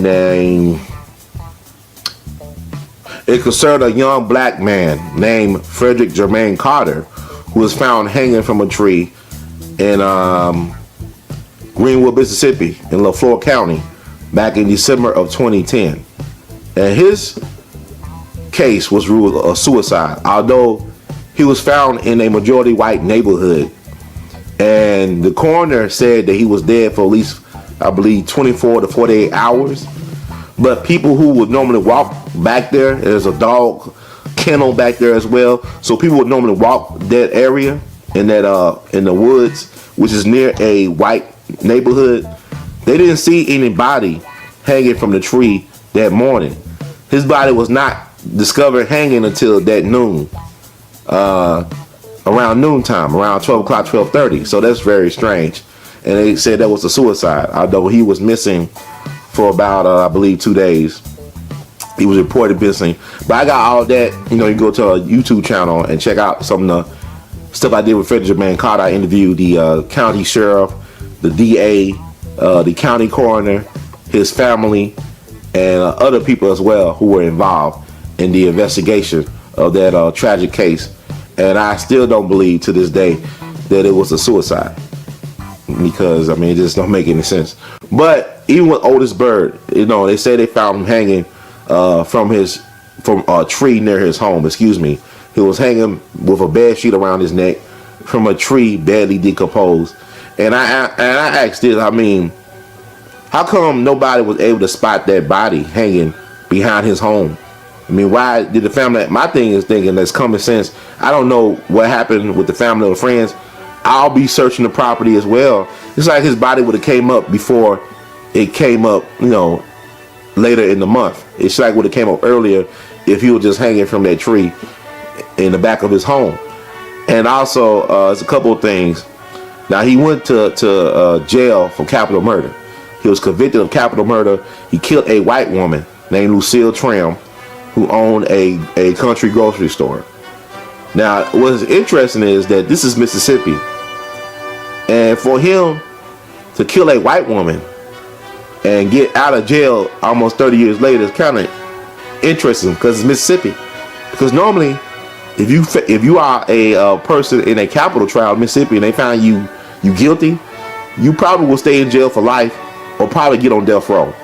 There's a case of a guy named Curtis Flowers who had 6 trials on the same evidence. It was a capital murder trial. They say he killed 4 people at his former employer's place back in the late 90s, but there's no evidence connecting him to the scene of crime. Everything's circumstantial. They used the same evidence. They had the 6 trials in different locations throughout Mississippi. The trial, the verdicts have been overturned several times, why they had so many retrials. So this guy's on death row, basically with no evidence connecting him to the scene of crime. And yet, they proved that this guy killed this white lady, and he was able to get out of prison in Mississippi 25 years later. Now, what is interesting, I want to point out, is the fact that this lady has a daughter who lives in Virginia, retired Air Force, and I want to get it right. I believe she actually ran for Congress as a Republican candidate in Virginia back in 2006, the same year they let out brother Otis Byrd. Let me get it right. It's good to have internet and smartphones. And let me get her name right here. Yes, retired Air Force Major General Martha Ranville. That was her mother, Lucille Trim, who was killed by Otis Byrd. Martha Ranville, a retired Air Force Major General and 2006 Republican congressional candidate in Vermont. I said Virginia, I meant Vermont, the other V state. Ranville is married to Paul McHale, the former Democratic congressman from Pennsylvania. Let me read that part once again so y'all understand. Lucille Trim's daughter, Lucille Trim is of course the victim of Otis Byrd, is Martha Ranville, a retired Air Force Major General and 2006 Republican congressional candidate in Vermont. 2006, the same year that Otis Byrd was paroled. Ranville is married to Paul McHale, the former Democratic congressman from Pennsylvania. This is her, Air Force, all that stuff. Well, you know. And what does that mean? I don't know what it means. But information is power. It's good to know things like this. To me, it means that, well, we know she's well connected. Lucille Trim was not just anybody or nobody. She was somebody who had a family that was accomplished. They had a lot of political connections. You know, there's something to think about. And that's all I'm saying. You know, let's think about certain things. Let's think outside of what we think we know and use our imagination more to discover things we need to know. So, with the Otis Byrd thing, it is funny to me all these black men being killed or found hanging in trees are all suicides. Like in Mississippi, they have yet to prove that a black man did not hang himself. Since Emmett Till, it's like since Emmett Till, that all the black folks that have been finding hanging from trees in Mississippi have been suicides. You know, the only time, you know, it's just fascinating to me. Something to think about. You know, Mississippi at one point was having a lot of hanging deaths in the jail cells. That was recently. That was back in the 80s. They had a whole bunch of black men found hanging in their jail cells. Then you also got Raynard Johnson and a couple other people. You got, like I said, Frederick Jermaine Carter. There's so many brothers been found hanging in trees in Mississippi, and they all been ruled suicides. You got brothers like the brother who was a top football prospect in Mississippi who was killed at a traffic stop with his own shotgun, supposedly. You know, and people, my thing is this, is black folks. A lot of this stuff we gotta think about. Why does this stuff keep on happening to us as a people? Why these things keep on occurring? What are the lessons that we are missing in these things? Or why are we failing to learn? You know, people always use that biblical passage. A lot of black folks I know, very religious, good people, they always say, you know, the last will be first and the first will be last. But what if you are the first people on the planet? Why are you the original people? You know, we was first at one time when we were kings and queens and stuff like that. And now we're paying the price for being first. You ever thought about that? You know, anybody ever think about that?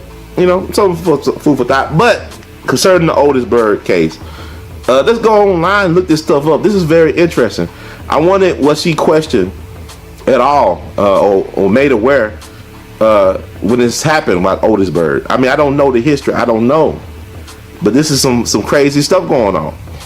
But there's something to think about. I mean, I don't know too many black men that were able to walk, you know, out of Mississippi a free person after killing a white person. You know, convicted in a capital crime, right? You know, killed her for $101. He actually was robbing her to pay off some type of fine he had of $10, I believe, from a previous crime. That's what they saying. But also, you see, it's funny. As soon as they found him hanging from a tree, they had to pull up his criminal past. You know, like, you know, he doesn't have a right to be thought of or be. People shouldn't feel compassion or empathy for this guy because he's a felon. He's an ex-con. You know, they only do that with black people, I see. You know, I don't know anybody living today that have not committed a sin. You know, if they say we are born into sin, how can you be innocent of anything? Surely we all are guilty of something. That's what I'm saying. So the way this man died was not right. It's unfortunate that, you know, black folks, we keep on dying and we keep on not realizing that we really need to start making demands, that we really need to start organizing among ourselves. We really need to start controlling the narrative of our stories and getting the word out what's going on with our people. Because right now, we are in a war. A war over ideas, ideology, a war over culture, a war just being, a war over your existence. So with that said, family, I want to thank you all for listening. If you like what you heard, feel free to subscribe. Donate to We All Be, because we're going to take it to the next level. Tell your friends. Contribute your thoughts in the comment section below. And also make sure you check out the work I did on the Frederick Jermaine Carter case. And you'll see why I'm so concerned about this stuff. But also I realize the games. So in the words of the great Duke Ellington, we love you madly. Keep on producing and pushing. And keep on thinking.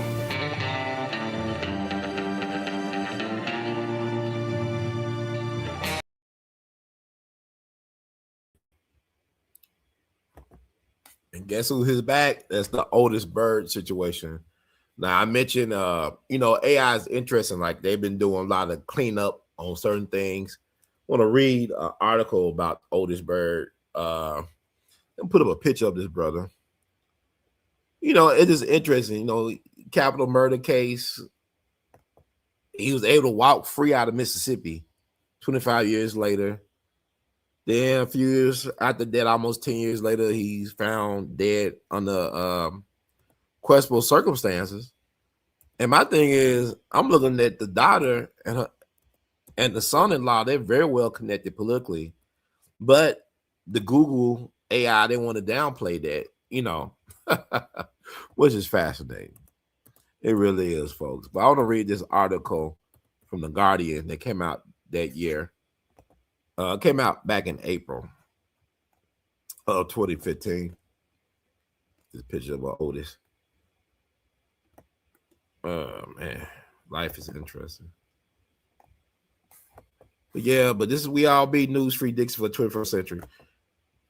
You know, we have a responsibility as content creators, as news people, investigative journalists, whatever, to really give y'all the information y'all can use to help amplify the things that need to be amplified.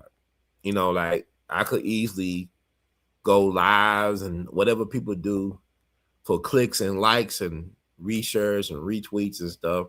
But I want to make sure I hold myself to a higher standard of being accountable to the people in terms of giving y'all the correct information. I think it's very important. That's why I get frustrated when I get things wrong, not because I'm trying to mislead people, but because it's important to give people the right information. So I have a picture of Otis Byrd. He was 54 when he got killed. I don't know if he unalived himself, whatever. As y'all like to say. So I'm reading this from The Guardian, April the 8th, 2015. It said, Mississippi hanging victim Otis Byrd's family says incident was not a suicide. After receiving the FBI's autopsy last month, Otis Byrd's family has asked Michael Baden, or Biden, no, Biden, you know what I'm talking, the famous autopsy guy, did Medgar Evers' exhumation and autopsy, you know, that guy, who conducted an independent autopsy of Michael Brown to investigate. So ask Michael Baden, or Baden, whatever. Y'all know who I'm talking about. The family of Otis Byrd, the 54-year-old man found hanging from a tree last month in western Mississippi, believes the hanging was not a suicide and is opening an independent investigation of the case, lawyers for the family said at a news conference on Wednesday. The family has asked for NAACP participation in the case, and as part of its investigation, has hired the pathologist Michael Baden, who was also called to perform an independent autopsy on Michael Brown, the black teenager shot dead by a police officer last August in Ferguson, Missouri.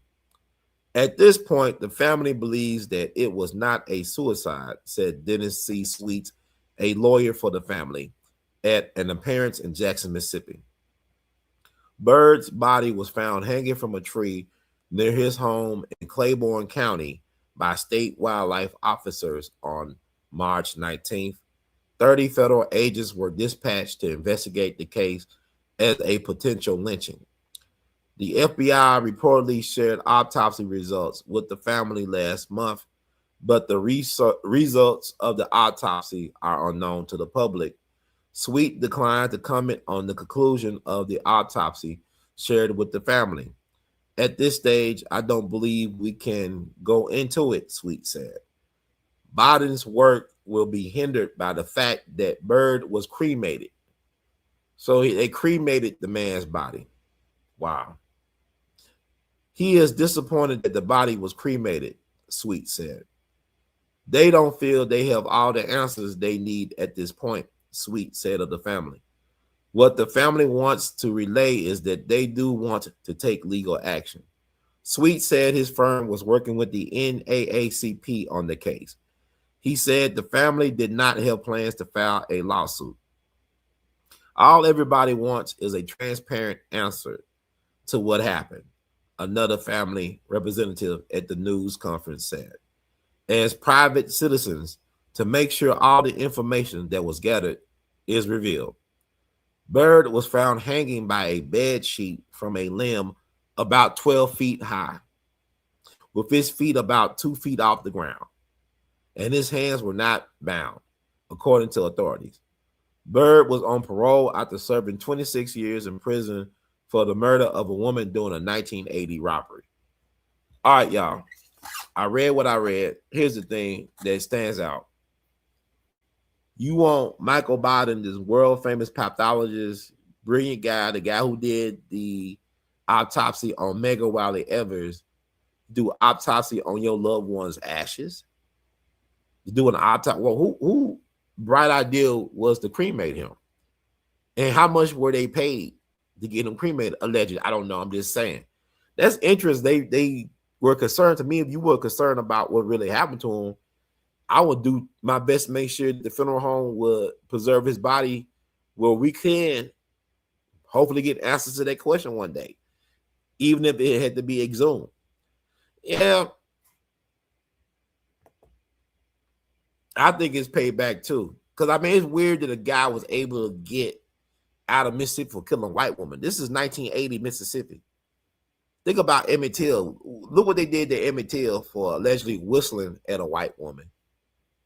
They used to put black folks in mental institutions, if not worse, for looking white folks in the eye for not getting off the sidewalks for white babies to pass by.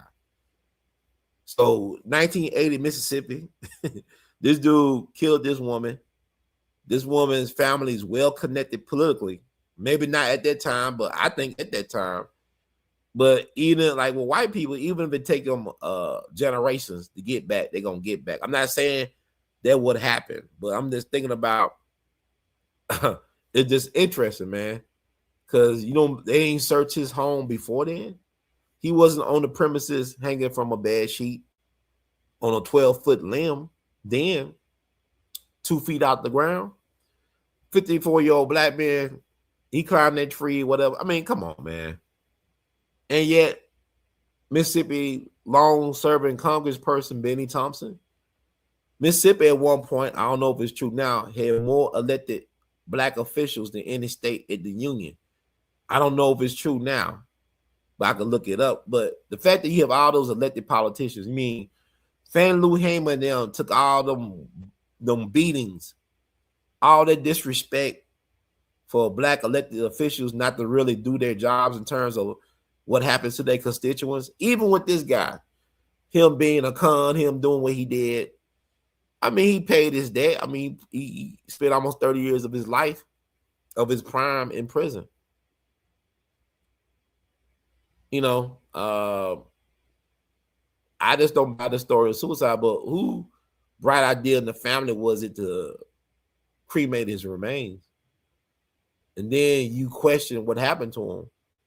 My mind would be to preserve, like even with Medgar Evers, when Michael Biden did Medgar Evers' body, I remember seeing the HBO documentary where they featured the Medgar Evers case, because that led to getting Byron de LeBecq, with the assassin of Medgar Evers, convicted and put in prison. That what that eventually led to. You know, the movie Ghosts of Mississippi is about that.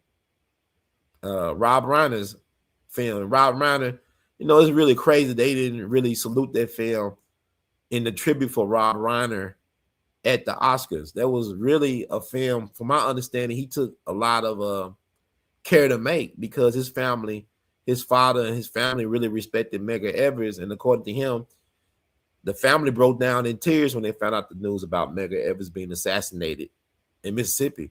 Medgar Evers was one of Dick Gregory's best friends. You know, Dick Gregory was going to Mississippi to die with Medgar. And Medgar said, you got to go back home, man. You just lost your son. That's when Dick Gregory Jr. died. And Lil called the Medgar's home to inform Medgar and tell Dick. And Medgar said, you can't, you know, you got to go home, be with your family. So Dick, according to him, said he knew that was going to be the last time he would see Medgar Evers alive. But stuff is deep, man. But I'm not buying that it was a suicide. And it's like you got people that access the grind and stuff like that. And I just want to put that out there.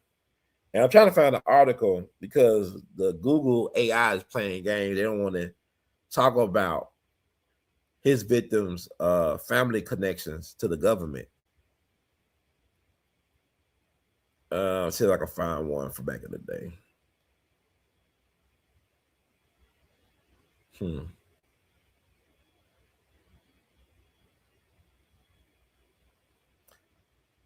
I talked about it. They trying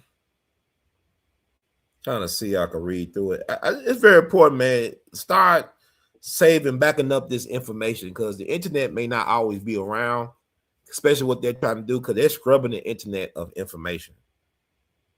And I can really speak to that for myself because when I talk about the Frederick Jermaine Carter case, I was the only organization or entity to do an investigation into what happened to Frederick Jermaine Carter. And I interviewed the state's medical examiner at the time, Dr. Adele Shaker. I interviewed the coroner who took down his body or whatever, that took it to the morgue, whatever, of LaFleur County. I interviewed the sheriff of LaFleur County, Ricky Banks, the DA, all these people. And I put it out on YouTube, and YouTube removed those videos. Those videos been out there for years. Cause my thing was I was creating a paper trail for future whatever reference. Cause that case was really sabotaged. I'm gonna talk about that case tonight as a part of what I'm talking about. But what I'm saying is YouTube removed all of those videos. Even the video of me at the crime scene with State Senator David Jordan, State Rep Willie Perkins, who also was the president of the LaFleur County NACP, Dr. Howard Creasy, who was the national president of the Southern Christian Leadership Conference, Frederick Jermaine Carter's mom, his stepfather, Lowell Evans, his mom, Brenda Carter Evans, their lawyer at the time, Valerie Hicks Pohl, and some other people. I was back there, and it was spooky being back there in the middle of the day, even with police escorting VIPs. I did not feel safe being back there. But they removed all those videos because they claimed that I violated their self-harm policy when I was trying to say, hey, this wasn't a self-deletion. I was saying that this was foul play that needed to be further investigated. But I want to roll back to the Otis Byrd thing. I think is important to find this. Let me see.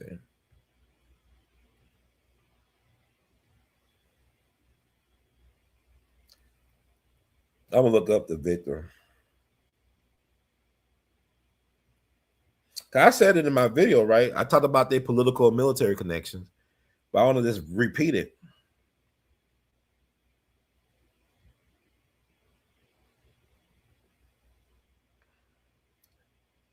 I'll tell you, type it up. Like I said, I wish I could depend on Phil. I can't depend on him. I think I found a Daily Mail. They might say it because overseas have a different look.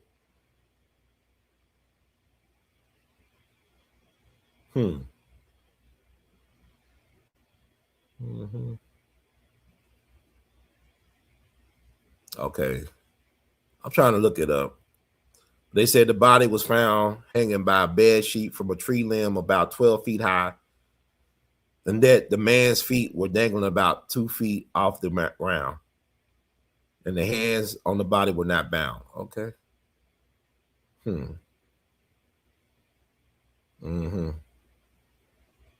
Interesting. I'm just trying to look this up. I think it's important.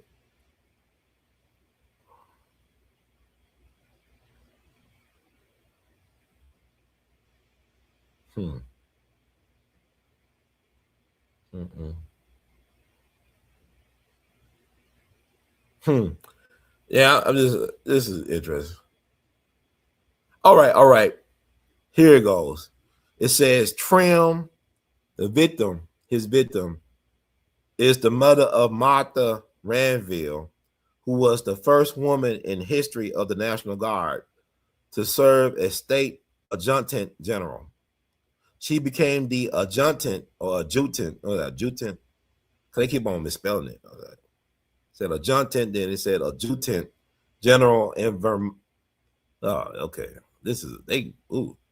In Vermont in 97, and currently lives in Virginia with her husband, the Honorable Paul Bickel. Bickel is a former Pennsylvania congressman and assistant secretary of defense. Though that's her daughter, that's her son-in-law, this woman that was murdered by Otis Byrd back in 1980. They got all type of military, Pentagon, and federal government ties. I rest my case. I'm not saying, I'm just like, come on, y'all. Connect the dots. It is what it is. That man did not hang himself. He did not. Matter of fact, I'm gonna read what the guy who owns the land he was living on where they found his body.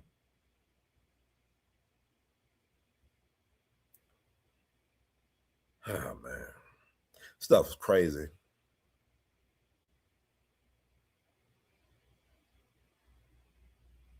Okay, like Vicksburg Police Chief Walter Armstrong said that after local authorities asked his department to check on a report that Byrd had been seen at a casino. Video surveillance was recovered showing Byrd at the Riverwalk Casino on March the 2nd. We didn't see anything of significance on the tape. He was just walking around the casino. We did not see him after that, Armstrong said. The body was found by state wildlife officers. It had obvious sign of decomposition, suggesting that it had been hanging in the woods for some time. If they did searches of the guy, or did they try to search for the guy? Because it was found near his home. If a guy was missing, one of the first places I'll go is go to his home and see what was going on at the home. So they mean they couldn't find his body been decomposing. Maybe he was killed somewhere else and he was brought there. Maybe they made sure enough time has went by where they couldn't tell the actual cause of death and they decided to string him up. Don't think that people don't think like that. People are very dark and sinister when they have to be. He said the body was found by state wildlife officers and had obvious signs of decomposition, suggesting that it had been hanging in the woods for some time, said Jim Walker, spokesman for the Mississippi Department of Wildlife, Fisheries, and Parks. The owner of the land, 87-year-old Johnny Baker, said that the area where Byrd's body was found is covered in pecan and black walnut trees. He added that hunters sometimes hunt in the area and that there are also wild boars, wild pigs, on the land.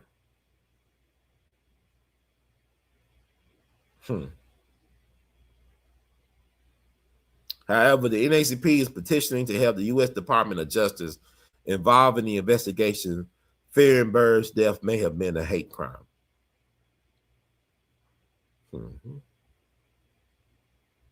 Byrd spent 25 years in prison for the murder of Lucille Trim, the Clarion Ledger reported, according to the Mississippi Department of Corrections. He allegedly robbed Trim of $101 and then killed her.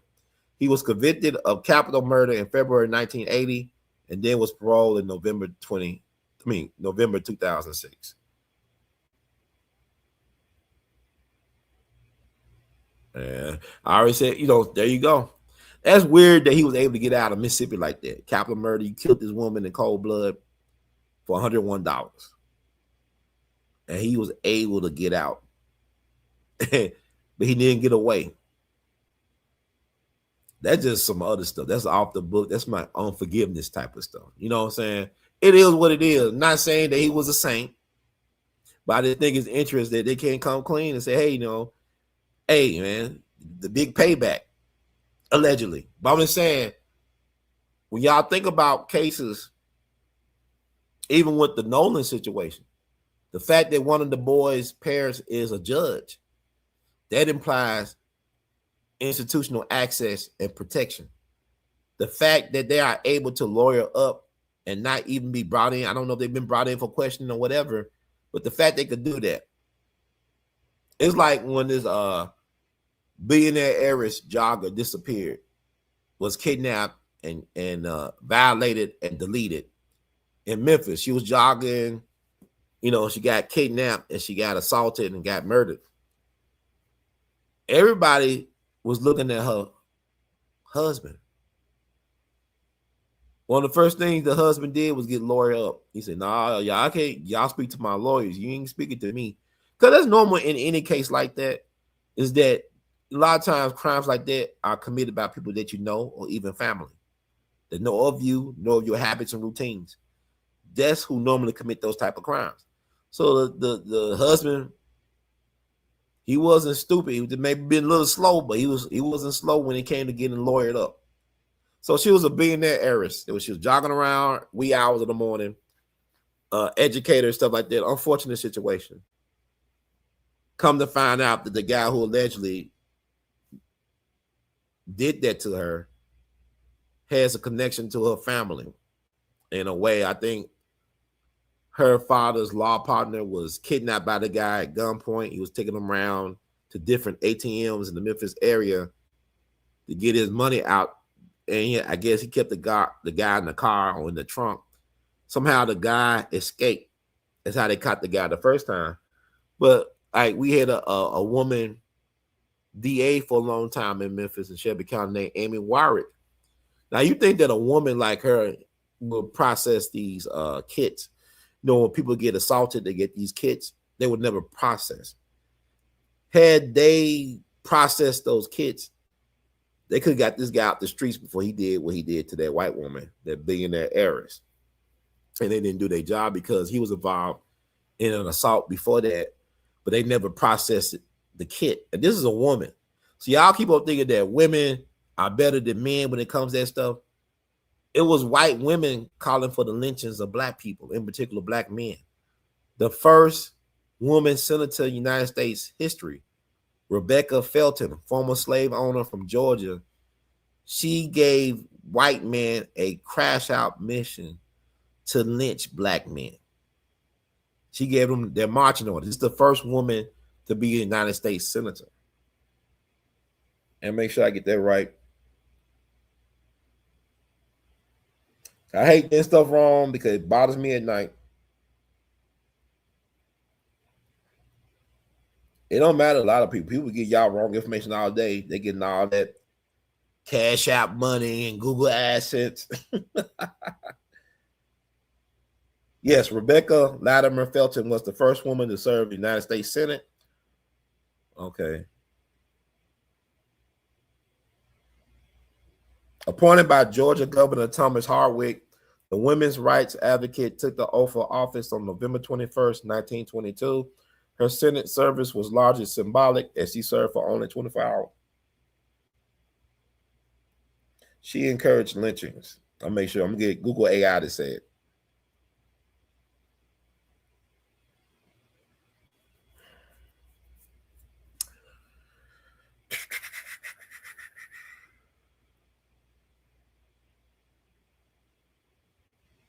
Yes, Rebecca Latimer Felton openly and repeatedly advocated for the lynching of black men.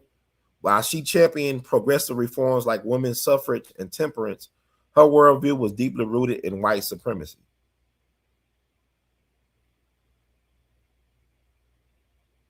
This was her most infamous endorsement of racial violence occurred during an August 11th, 1897 speech to the Georgia State Agricultural Society in the address titled Women on the Farm. She argued that white men were failing to protect rural white women. She infamously stated, if it needs lynching to protect women's dearest possession from the ravening human beast, then I say lynch 1,000 times a week if necessary. So that's the 1897 Tybee Allen speech. What happened November 10th, 1898 was the Wilmington Race Massacre, the first and only successful insurrection post-Civil War in American history. Look that up. They did a great documentary about the Wilmington Race Massacre. This is what you're dealing with. And the irony of it all, one of the earliest women suffragists, women rights advocates, was a black man named Frederick Douglass. He was a big advocate for women's rights. As a matter of fact, he was on the Equal Rights Party presidential bill. Like Victoria Woodhull was the presidential nominee, and Frederick Douglass was the vice president nominee for the Equal Rights Party. Make sure I got that right.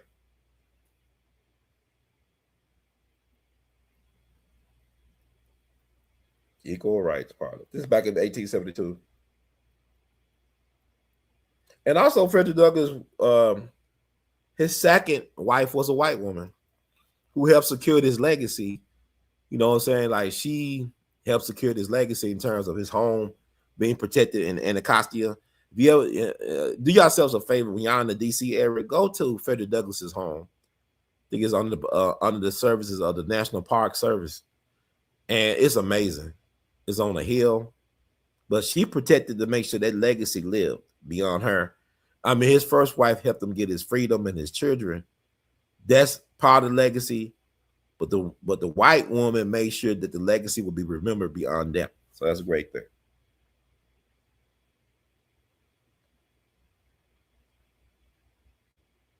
Yeah, Frederick Douglass was nominated for vice president of the United States by the Equal Rights Party in 1872, making him the first African-American nominated for the office. He was selected as the running mate for Victoria Woodhull, the first woman to run for U.S. president.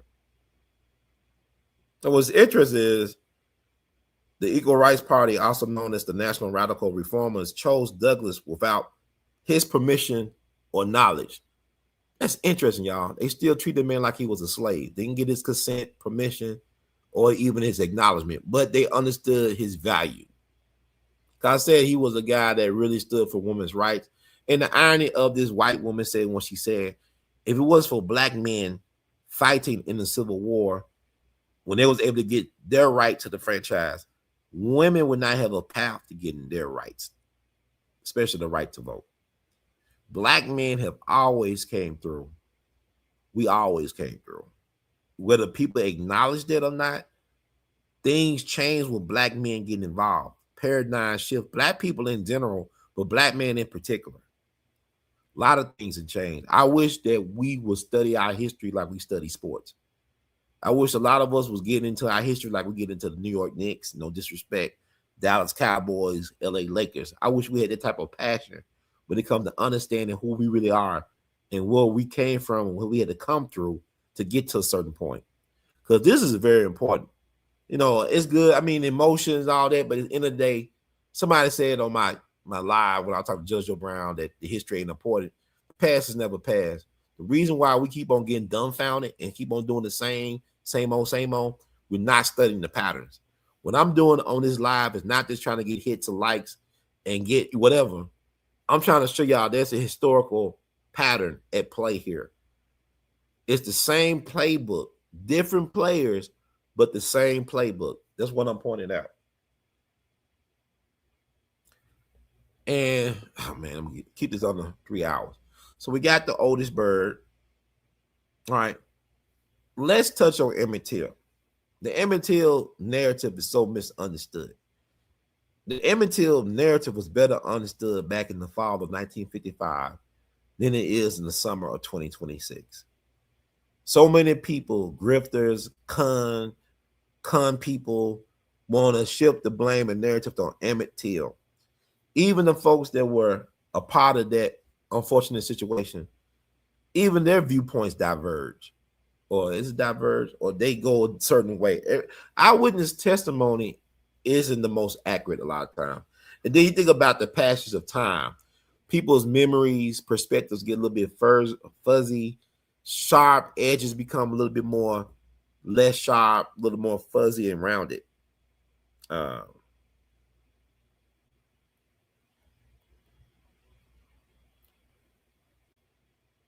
Yeah, diverse, everything come apart. But anyway, I'm gonna play this interview because what people don't understand, it was a black man named Dr. T.R.M. Howard, who was the wealthiest black man in Mississippi, lived in Mount Bayou, had a practice, was a successful surgeon, had a black ran hospital in Mount Bayou.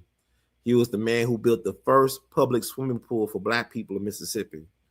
He helped mentor, I call Jegna. He was a sponsor of the Evers brothers. Mega Evers worked for his insurance company, and Charles Evers worked with him doing the civil rights work as well too. You know, they both had a working relationship with Dr. Howard, and he helped organize the regional council Negro leadership conferences that would draw like 10 to 20, 30,000 black folks from around the area to Mount Bayou to talk politics and strategy. You know, keynotes would be Thurgood Marshall, Right Reverend Representative Adam Clayton Powell Jr., entertainment Mahalia Jackson, stuff like that. He actually called upon himself to organize an investigation into the Emmett Till situation. He was able to find out that maybe upwards to 11 plus people were involved in Emmett Till, black and white. So y'all keep on talking about when Nolan just hang around black people. I just told you black and whites participated in the kidnapping and the lynching of Emmett Till. It wasn't just white men. They had black men or boys or males assist them as well too. You know, Roy Brown was out of town. He knew nothing about the so-called incident at Brian's store. I believe black people at this store told their stories of what happened or didn't happen. Even you listen to the eyewitnesses, whatever, they all say different things. As far as I know, everybody can't agree. Something happened. He touched her hand. You know, he touched her waist. He touched her hand while she was getting the money. Something, I don't know. We don't know. I wasn't there. And Matt Walsh definitely wasn't there. What I will say, black and whites were involved in the kidnapping and killing of Emmett Till. And because people talking about, well, you know, why you feel so sad. I mean, I want people to develop a spirit of discernment. Develop your color of discernment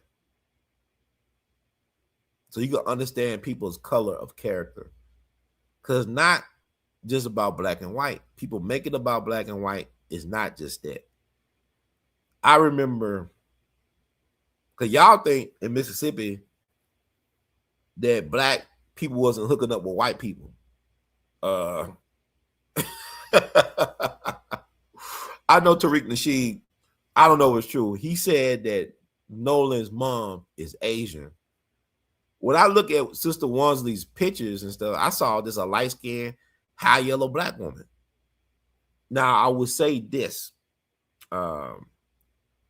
Chinese people have lived in the Delta for a long, long time. They came over here to work on the railroads back in the day. They were known to marry black people. Matter of fact, one of the most prominent black families in Memphis are the Sugarmans. Russell Sugarman was a well-respected civil rights lawyer, activist, and judge. He had Chinese and black in his family. So they were mixed with black and Chinese. You can look at them, and they look like a pair. His wife at one time was Dr. Marion DeCostas Willis. I think she was the first black professor at the University of Memphis. Used to be known as Memphis State University. When you look at her, you think she was a white woman. But she identified as black. She's from Alabama. Matter of fact, she was a participant in the Montgomery bus boycott. But she never talked about herself like this. She was a brilliant woman. And she ended up marrying her husband's law partner, A.W. Willis, a brilliant lawyer and civil rights activist. So you had two brothers who were lawyers who worked at the same law firm, their law practice, and they both at each time was married to the same woman.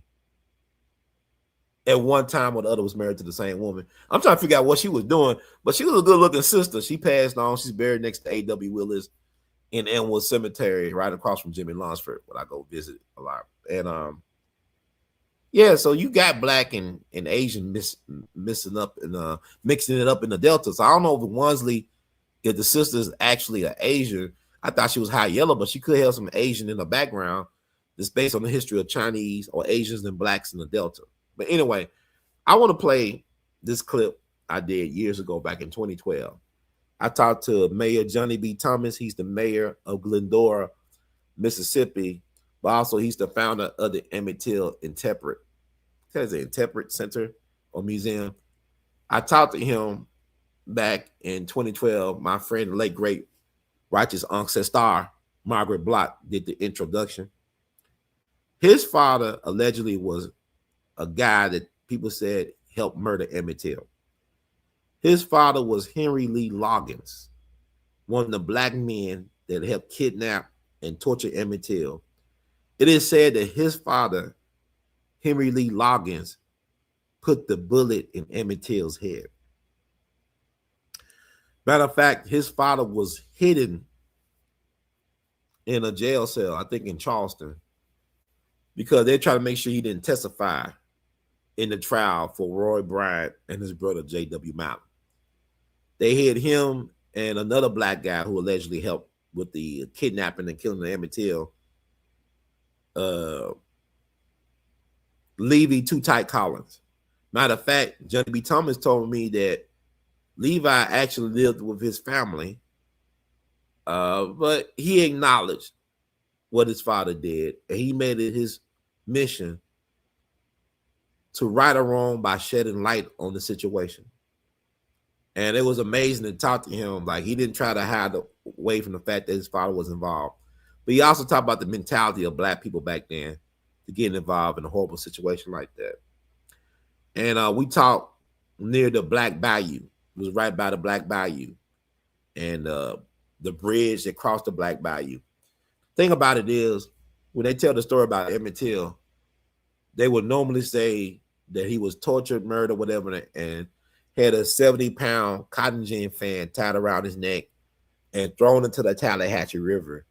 According to the locals, including Johnny B. Thomas, that's not true. He was tortured in Drew, Mississippi, all that stuff.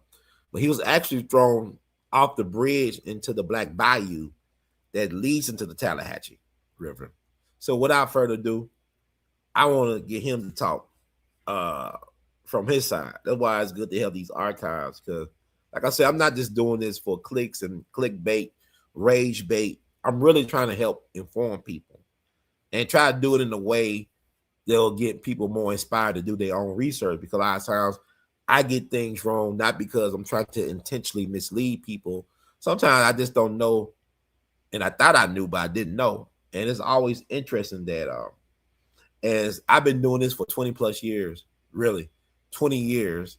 It'll be 20 years of podcasting January the 7th of next year, but We All Be has been around for 20 years. So I got hundreds, thousands of hours of interviews and all types of stuff, and experienced some interesting things. So, you know, unfortunate, tragic moments like what happened to Brother Nolan gives me a chance to inform people and to remind them that the past is never past. And with that said, I'm not going to hold y'all too long. Try to keep this under 3 hours. Oh, God. He has such a good humor. We got to see. We'll play this. So We All Be News Free Dixie, man. Baby, baby. Okay. You are watching We All Be News Radio, News Free Dixie for the 21st century. I'm Thaddeus Matthews.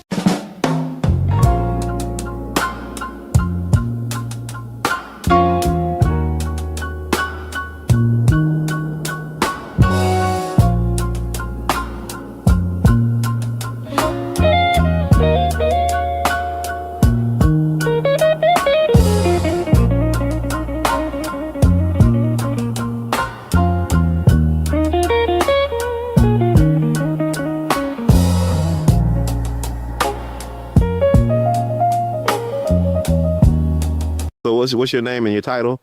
I'm Johnny B. Thomas, mayor of the town of Glendora. That's her. Since '82. I heard that. And also you do a lot of other things as well. Like what's your... Yeah, I'm executive director of a nonprofit here that pretty much sponsored the Emmett Historic Intrepid Center. Yes. So why is it important to remember the Emmett Till saga? Well, my thing is that we should never forget our past unless we plan on going back through the same thing that have happened back then. So I think it's very important for young folks, especially because now those people have forgotten about it, don't even know the Margaret Blockers and all those people that was threatening, beating, and every kind of thing else to prevent them from being where they are now. And now they've made it and they've forgotten it. So we intend to have a Intrepid Center, which is often questioned, why is it not Interpretive Center instead of Intrepid? Well, we want to make sure that these young folks does not have the fear that was perpetrated upon us back then through Jim Crowism and those kind of things. And fear is something that we should wash out. Yeah, I like it. Without it, there would be no healing. And we've got to remember what happened and to remember that it was fear for Mose Wright. The reason Mose Wright say there he is back there, and fear that there was others in the house that would be taken and suffer the same fate. So he gave up. But then certainly now we should make sure that that never happen again. And anything like that to happen, we got to stand up. Also, I know, speaking of, you said standing up and not living in fear. Also, I know you got a unique connection to the Emmett Till legacy as well through a relative, correct? Well, yes, there was several relatives of mine that was involved in this heinous act. And some say now that they was accomplices. And of course, they've ignored Jim Crowism. And during Jim Crowism, there was no African-American accomplices. You either do what I say or you die, or you suffer the same fate. And of course, my father was one of those that had to do what his master say do or suffer the same fate. And some reported that he had suffered the same fate after being kidnapped and placed in jail and under false names and those kind of things.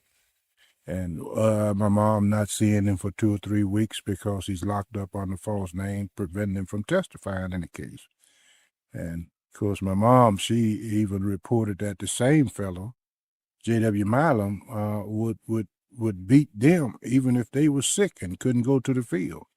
So that was my part in this whole thing. But my father, the worst, they've reported everywhere and written countless books, including him in this thing. And pretty much all of my life, I've suffered the fate of the sins of my father. And I say the sins of my father, sins that was made to be of my father. So he would come home and we would hear all the time as a kid that low down so-and-so, that was part of killing that kid and all those kind of things. So it's been pretty tough all life, but I just want to make sure that the young folks understand that those things didn't just happen. They was things that was to keep us in the shape that we was in back then and to keep us from being together and those kind of things. So Jim Crowism, it was a terrible thing and so terrible until it made certain individuals. You could either be a part of the Jim Crowism and do as they say, or you suffer as others that refuse to do as they say. So it was a terrible thing. But I have no shame in it, and I have no problem with my father continuing to live to 85. And the only reason he did live to 85 was probably because he had been trained under Jim Crowism and to do the right thing, as they say. Oh, actually, have you heard any feedback from Brian or the Milam families concerning your project? No, I haven't. I've been trying to pull those people together because, Milam stayed right out of our back door. Mm. And my house was here and his house was right behind. And I'm sure that I interacted and played as a child with his children, and me and my brother, back then, because he was the right hand. My dad was the right hand of Milo back then. With Milam was to take care of all of the plantations around here. He did all the harvesting and probably planting of crops and that kind of thing. So my dad was there with him all the time, and I'm sure that we was kids and playing together. But I've not heard from him since. And actually, I've asked Oprah to intervene to help us to break bread, to find out the fate of those kids that continue, I'm sure, to suffer from the sins of their fathers. And, that's something our entire mission here is to create healing and not to stir up controversy and all of those kind of things, but to begin the healing. Here in Glendora, we think the premeditation took place. And in Glendora, we should be the one that solve those problems that took place back then. Yeah, I agree. I don't mean to cut you out, but you talking about reconciliation. I know Sister Margaret talking about there was some entities in Mississippi are trying to do a reconciliation type of deal where, it seemed to me though that a lot of us are running away from the past. Like you're embracing the past for what it was, but also you're trying to learn from, you're not trying to live in the past. You're trying to move forward by looking back at the past. Oh, William Faulkner said, the past is never past. Well, he's probably right, because if you don't keep it, then certainly you're subject to fall right back into the same fate. I believe Morgan Freeman said he doesn't want to get involved with this case here because it's too controversial and it's going to stir up a lot of other kind of fate. And okay. I disagree. I'd hope that he would get involved with it, being from Tallahatchie County, and to help us to remember this thing and to make it happen as it should happen. And that is to teach young folks, it's nothing wrong with remembering what happened. And now the state of Mississippi has came out with the authenticity of Mississippi, which is the good, the bad, and the ugly. They intend to show it, and they intend to show it on an international basis. And they intend to bring in individuals from the international piece to help fund the economy here. Right, it's money, right. On our backs. And that's if money in it, if money's in it, then certainly we ought to be telling our story. I'm one to hopefully have the Margaret Blockers and all those people in this living museum up here. We change in and out, not just stay one way. We've created a curriculum for the school districts. Our West Tallahatchie School District will be bringing all of their 4th through 8th grades to the museum this Black History Month. And of course, we've invited even the academies. So we've invited all of the Pillows and all of the academies, Sunflower, Bolivar, Coahoma, every academy around here to come through. Well, I don't know if they come, but it's a part of our healing piece, and we're going to definitely invite them to show up. And I think it would be definitely beneficial for all to participate in what we've pulled together here, this historic piece. Yeah, I think it's very important you talk about the curriculum, because I know I talked to Bobby Rush, the blues musician, and he was very disappointed when he came to Tallahatchie County and talked to some school-age kids. When he asked them what they thought about Medgar Evers, they said they don't know who he was. They never heard of Medgar Evers. These are black kids that live in Mississippi, never heard of Medgar Evers. Bobby Rush is one of our individuals that's on our orientation history there. He talks about Sonny Boy, but then we had about 2 hours of interview with him, and we intend to change that in and out and to talk about the Chiplin Circuit and all of those places and the hard times that they went through and the way that they was commoditized as well. But, they was plantation. They took everything that they was doing and took it away from them. Right. For instance, most of them don't own any rights to anything that they have. My cousin, Sonny Boy Williamson, born here in Glendora, 50 or 60 nieces and nephews here in Glendora. Every one of them poor than he was back in 1965 when he came to Glendora and couldn't leave because he did not have enough money to get over into Helen, Arkansas. Wow. His nephew had to send him. And he was just leaving Europe. And now they're making millions off him. Millions. And he had no kids, as I understand it. And none of the heirs are receiving anything, just as they did Robert Johnson. Right. However, the Supreme Court changed that. And at some point, we hope that the Supreme Court will change the situation with Sonny Boy. Wow. And all of the family here in Glendora. You know what I mean? He was born here, and we have him saying he was born here in Glendora. Therefore, we intend to, at some point, get these young folks of his, nieces and nephews and cousins such as myself. I'm from his mother's side of family, so maternal cousins. So we're going to be working on trying to change those things. It's a hard road to hold. Right. And a long road to hold, but we used to holding road. So we'll get it out. Yes, sir. But I'm actually just about the curriculum, though. I'm like, is it easy to get state approved? I mean, is the state willing to circulate your curriculum to different counties and whatnot and different public school systems? The thing we're going to do, we're going to invite those school systems, and inviting them, we will send them a copy of our curriculum as to what the kid should be getting and what he can get out of it and those kind of things. We've tried to be on the civil curriculum. You know, the state of Mississippi now have passed a law that they put together a civil and human rights curriculum. Right. However, the state and the school district have decided to leave the human rights part off and just go deal with the civil. Right. But I think and our museum is dealing with the civil and human. But the state has passed a law to establish a civil curriculum year-round, and we try to be a part of it, and I'm hoping that we wind up at some point being a part of it through the Mississippi Delta National Heritage Area that we are in now, that we're designated as, and myself serving on the Civic Engagement Committee. I hope to involve the 18 counties, and especially getting the African Americans involved and up off of their assets. I like that.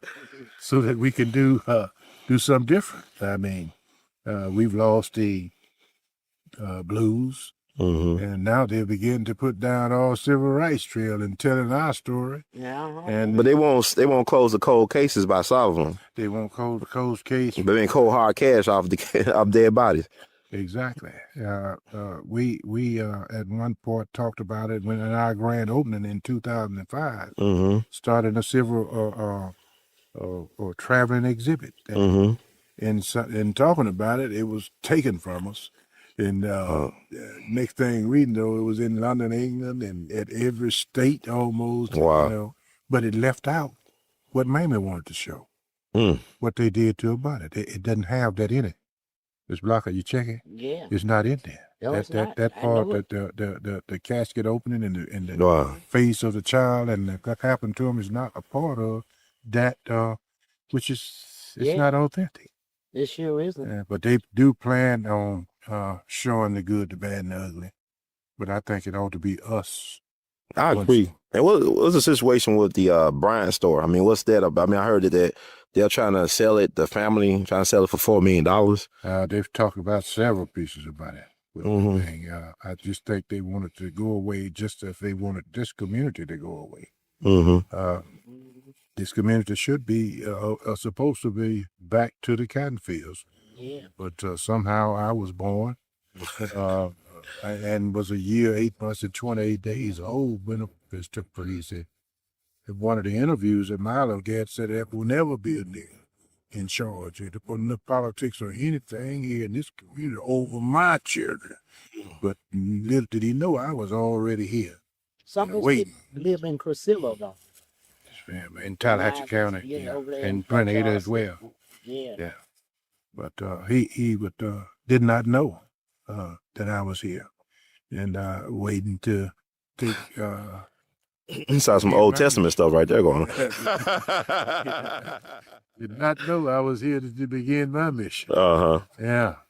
Wow. Of course, they buried the kid in money, and somehow they made him get him up, and they sent him to Chicago. He actually was already buried? they had buried him and had not covered him up, I don't think, before they somehow the state made him get it up and send him on to his mother in Chicago. I got I'll tell you who he did it. But then where they sent him to in Chicago, they sent him to 4141 Reno. That came my last 4 digits of my social. 141. Something they say is unusual. You don't get a double digit in your social, but Oh, wow. mine came 4141. So I said, wow. And I looked in and I said, 4141 Reno.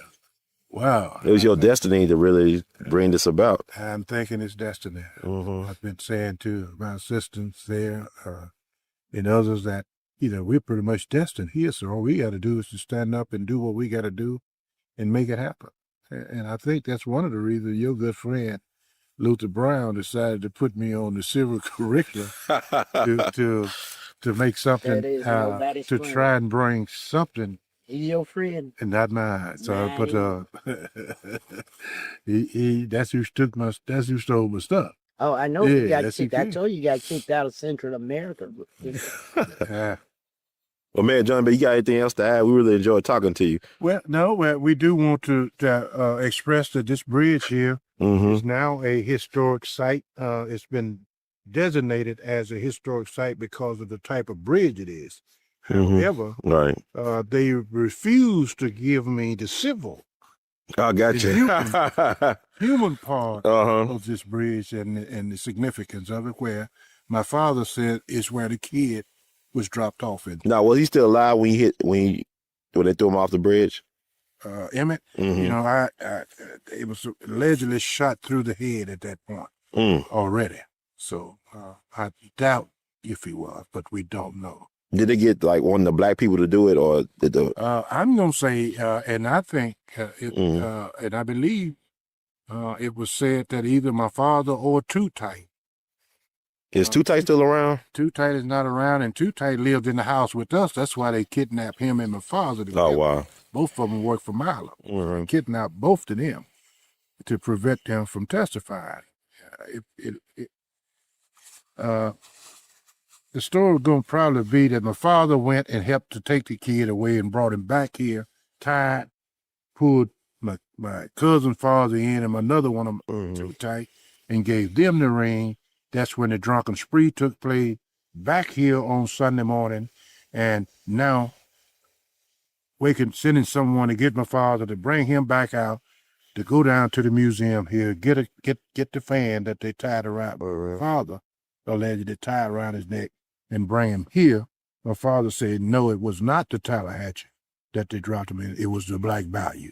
Well, this is where my father went across here to go back to where his mother and father was, so he knew the Black Bayou. Yeah. And, of course, he talked for 3 days. They interviewed him for 3 days, and that is probably the reason they reopened the case. According to Keith Beauchamp, that is why they reopened the case, because he had so much information, and that would lead to reopening. Some of my readings was that Carolyn Bryant, the wife of Roy Bryant, was actually present at the home of Mose Wright and pointed out Emmett. That is Mose Wright on our one of the documentaries. He said that he heard a soft voice say, "That is this him?" And they asked, "Is this him?" And they said, "Yes, that's him." Did Simeon say that too? Not Simeon, but Mose said it. Mose said, "Yes, this is him." So you think Carolyn Bryant, who lives in Greenville now, do you think any charges should have been brought against her? I mean, I know that when they reopened the investigation, that they got some evidence stating that she might have been there and point out Emmett. So you feel like she's liable for any charges in his death? She was, a warrant was issued on her. So I understand back in 55 that they never did anything with. They never did take them and arrest her. And the last two in the reopening of the case was my father and her. And when I went to Ohio with the FBI to speak to him, it was to supposedly to implicate her. And that wasn't happening with my dad. She was still living. I had to tell him that he and her was the only two witnesses probably being looked at. And of course that froze him. I heard that he got some say that he ain't fall for the okie doke. The white folks still kill. They What he said to me. But basically, he's saying that, in a lot of ways, what he didn't say was saying that she was there without saying it. Without saying it. And that was probably good for the other side, because I don't think there was no way that a white female was going to be arrested then or now about that. That's so, Mayor John B. It's an honor. Thank you so much for taking time out your busy schedule to talk with us. Appreciate it. One of your old teachers.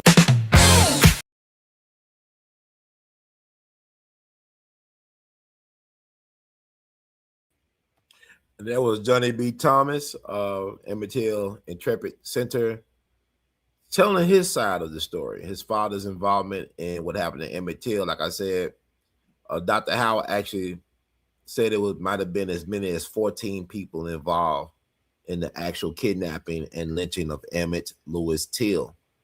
And somehow that's been lost to history. Just like Dr. T.M. Howard was well known during his time. He was like one of the most famous Black speakers in the country. But when Dr. King came on the scene, now Dr. Howard, he traveled on behalf of the NAACP around the country to talk about what happened to Emmett Till and the Mississippi situation post trial with the brothers. And one of his stops was Dexter Baptist Avenue Church down in Montgomery. And it was a woman in the crowd who heard him speak named Rosa Parks. When she was sitting down on that bus and refused to move, she said her mind was on Emmett Till.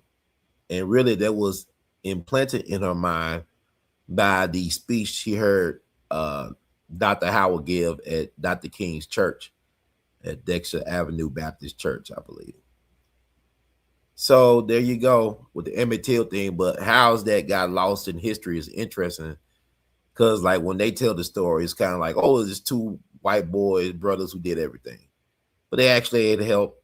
And even that guy admitted that several family connected people, including his father, was involved in that. So it's interesting. It is interesting to ponder all this stuff. And it gets back to Nolan. What really happened to that young man?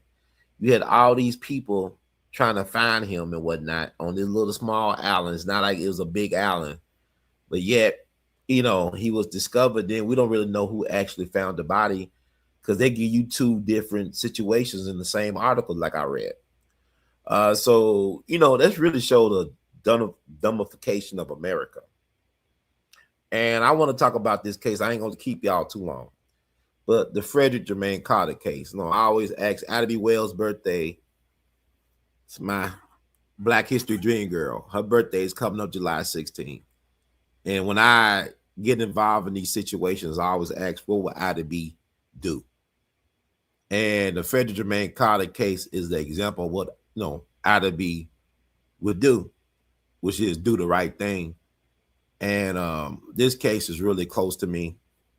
That case in particular, this young man, Frederick Jermaine Carter, is 26 years old, originally from Massachusetts, not even from Mississippi, but his folks got roots in Mississippi. His mama, I don't think, was even born in Mississippi. She was raised up in Massachusetts, but she wanted to come back to the homeland. If I'm not mistaken, I think she was born and raised in Massachusetts. I know her sister, Shalea Ross, she was born and raised in Mississippi. She had to get out of Mississippi because she was too outspoken. She was like one of those firebrand type of people. So she had to move up north. But Frederick came down to Mississippi to live with his mom at the age of 16 from Massachusetts. He was on a painting gig with his father, or stepfather rather, Llewellyn Evans, his stepfather. They were doing a painting gig in Greenwood, Mississippi. They lived in Sunflower County. That's the county next door to LaFleur County. Greenwood's in LaFleur County. So they was on a painting gig on that Wednesday, I think November 30th. Make sure. I think it was November 30th.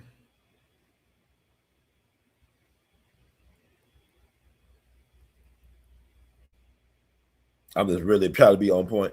Because I think he was found hanging from the tree on Friday. I believe that was December 2nd. Just checking in my calendar. Wait a minute. December 3rd, excuse me. I said it wrong. I think one of my podcasts, I wasn't sure. I knew it was December, the first December in 2010. So according to this calendar, it's December 3rd, 2010. So they found him hanging from a tree December 3rd, 2010. But on Wednesday, December 1st, he was on a painting gig with his stepfather. Here's the thing. Stepfather left him at the site to get some supplies. I don't know if he brought supplies or to get some supplies somewhere. So he left Frederick on site. Frederick somehow wandered off from site. It said that Frederick got a wanderlust spirit, like he's known for walking long miles. Just he started walking, keeps walking, and trying to act like he had some type of mental issues. I don't know for sure. I never met Frederick. People said it really wasn't a mental issue, more like he didn't really stand up for himself. From my understanding, he was very kind-hearted. He got along well with children. The children in the neighborhood really liked him, respected him. From my understanding, his mama labeled him the man of the house, which is interesting because he had a stepfather. But his mom allegedly called him the man of the house. Read this from several different articles, whatever like that. Who's to know? So could there have been some tension between stepfather and stepson? Because I believe when his mom moved to Mississippi, that's when she met Lowell Evans, who's from Mississippi. And they were married, from my understanding, within months of meeting each other. So I guess Frederick came into that situation. And I don't know if they get along or not, but the fact that why would a married woman call her man, call her son, the man of the house? We got a married man living in the home with you. But anyway, he disappeared. And then 2 days later, on Friday, December 3rd, he was found hanging from a tree in North Greenwood. Now, Greenwood is interesting. North Greenwood is a very upscale, affluent white area. A lot of well-off whites live in North Greenwood. And Frederick was found hanging from an oak tree on private property that also had a dog pound or dog kennel. So you had dogs back there. This black man hanging from an oak tree by a dog kennel next to the Tallahatchie River. So sometimes people say the Yazoo River, or they call it the Tallahatchie River. It's actually two rivers. They converge in Greenwood. So you got the Tallahatchie.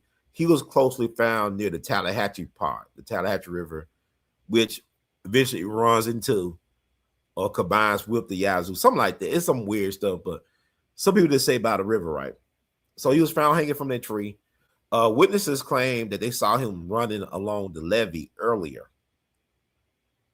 There's a lot of conflicts. The reason why this case bothered me, because a lot of things was not done like it should have been done, like the initial investigation or lack thereof. Because I remember hearing about this case. USA Today broke the case saying a black man was found hanging from a tree in Mississippi, and they were playing on the echoes of Emmett Till because he was found near the Tallahatchie River. This is where they pulled Emmett Till's body out of, the Tallahatchie River, right? He's found in so a lot of speculation. And then within maybe a day or two, the sheriff and the coroner shut it down, saying that, you know, it was that he took himself out the equation. And that really never sat right with me, because there was no autopsy results released or done at that time. From my understanding, the state of Mississippi had an issue with their state medical examiner. So they got a new one named Dr. A.L.L Shaker, a renowned forensic pathologist type of dude. He had a lot of respect in his field. He like Egyptian and Kenyan. He's from Africa, but he was renowned as a pathologist worldwide. So he came to Mississippi to be the state's medical examiner. So immediately they said, he took himself out of here without any really real investigation. The crime scene wasn't protected. The crime scene was not secure. Everybody was going back there, walking through the evidence, whatever. They claimed that a table was used by Frederick Carter to hang himself from the tree. My understanding, Frederick Carter was 5'4", like 143 pounds, something like that. The table was kind of like flimsy, whatever. Like the sheriff department actually had to reconstruct the table. They actually put the table together. They claimed that he used that table to stand on top of to hang himself. State Senator David Jordan said that there was cut rope in his pocket, but there was no tools around that he could have used. Like they ain't find no knife or anything that he could have used to cut the rope. But there was cut rope found in his pocket, one of his pockets. He was hanging from a tree limb. I think David Jordan, state senator, said it was like 12 feet out the ground. So he's 5'4", tree limb about 12 feet in the air. I think it was 8 to 12 feet in the air. Because David Jordan said he's 6'2", so he's saying the tree limb was 12 feet tall. And they trying to claim use this flimsy table that they had to reconstruct at the crime scene. Then, by the way, they left that table out there. Their table was still out there months later when we came back there with an entourage, police escort with VIPs on Good Friday, 2011. That was April 22nd, 2011. His body was discovered December 3rd.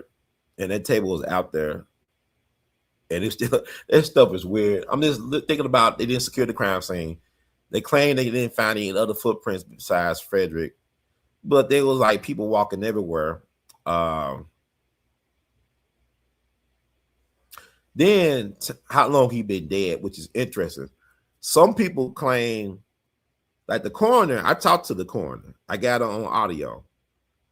She claimed that he'd been dead for at least 24 hours to 48 hours after he disappeared. So it's like he immediately got killed after he disappeared from the gig, off the site. People claim that there was no body hanging from a tree that morning, that Friday morning. His body was not discovered until afternoon, early afternoon. My thing is this: where he was found is active. They got a dog kennel back there. They got a lot of dogs back there. I mean, to me, like the dogs would be making noises, like it'd be commotion going on. Then it's an open field, a nature path, walkway, whatever. So you got people that walk, do nature walks, hike, whatever, ride their bicycles. It's right near the levee by the river.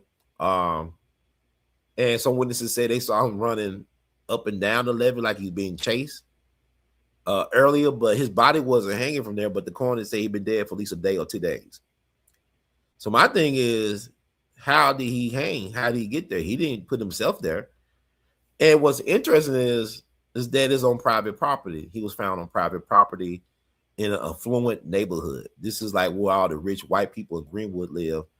I believe at the time, like LaFleur County is 65% black and it was 35% white. You know, you got the tale of two cities or two towns. You got Baptist Town, where there's extreme poverty, black neighborhoods, extreme poverty. Then literally across the tracks, you got North Greenwood, affluent, upscale homes, old money, old cotton money, whatever.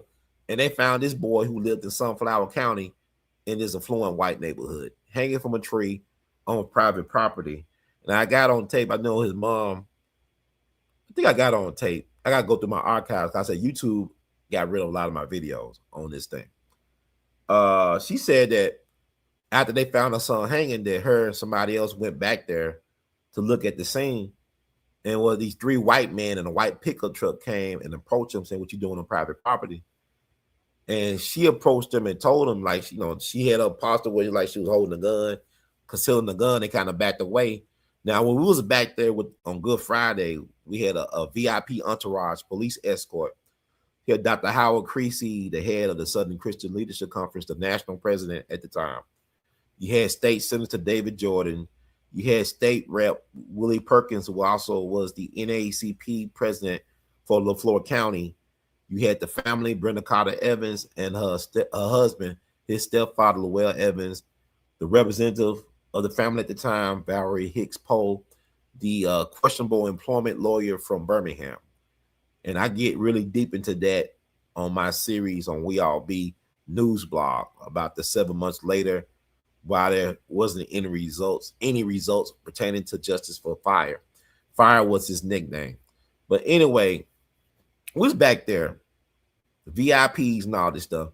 It was eerie being back there in the middle of the day, even with police escorts. You had politicians, you had these leaders.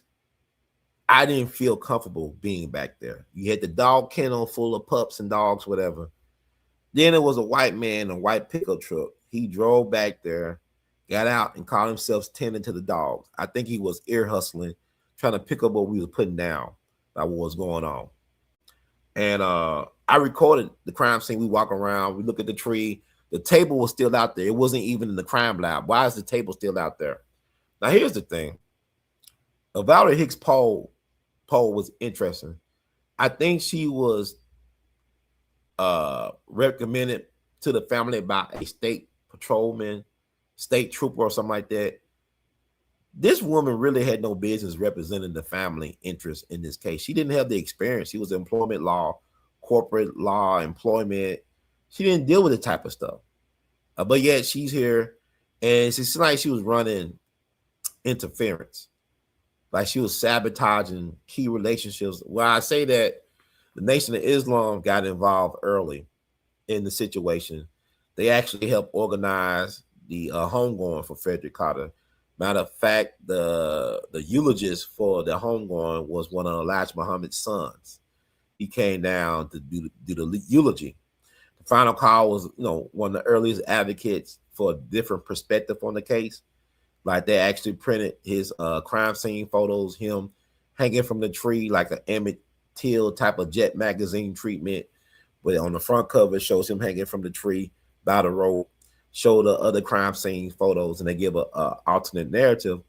Even the Honorable Minister Louis Farrakhan, they paid for a second autopsy for the family, and they allowed Brenda Carter Evans, the mother, to pick the person or a place to do the autopsy. So she picked this Nigerian brother out of Nebraska to do the second autopsy.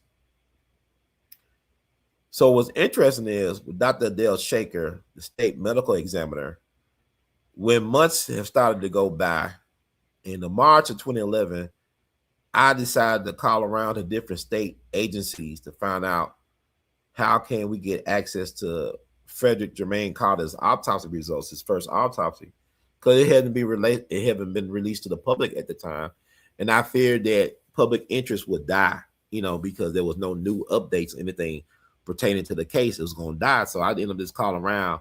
Then I got to the state medical examiner's office, and Dr. A.L. Shaker answered the phone. It's like it was like a movie script. Cause I was inquiring about the autopsy results. He said, I just put that in the mail to the family today.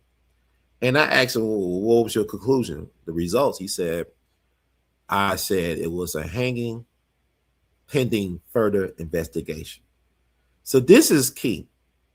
He didn't say officially it was a suicide. He didn't even say it was foul play. He said it was a hanging. He acknowledged that the young man was hanging or hang, asphyxiation, whatever, from the tree. He said it needs to be further investigated. By him saying that, he opened up a Pandora's box. He actually went against the so-called official narrative of the sheriff's department and the county coroner. Because he didn't say, he said, yes, he was found hanging. It was a hanging, but it needs to be properly investigated. And that really, I believe, cost him his job. He got ran out the state of Mississippi. I think he ended up going to Alabama. But Valerie Hicks Pohl was involved in that because she was questioning the man's integrity, which is interesting. He's trying to help you out. He's giving y'all a lifeline by saying that it needs to be further investigated, but you try to do him in, allegedly. From my understanding, she just had a weird vibe about her.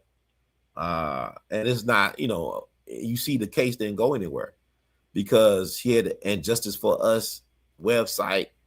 She was trying to be, I think there was going to be a come up. She was trying to become like Al Sharpton or what Ben Crump is, and then work out for her. Because from my understanding, she was meeting with the family at a McDonald's in Birmingham. She's from Birmingham. Her practice in Birmingham. So it was interesting. How'd she get a hold of this case? Because she was recommended through a family friend, somebody in law enforcement, from my understanding, recommended this woman who really had no experience in this type of stuff.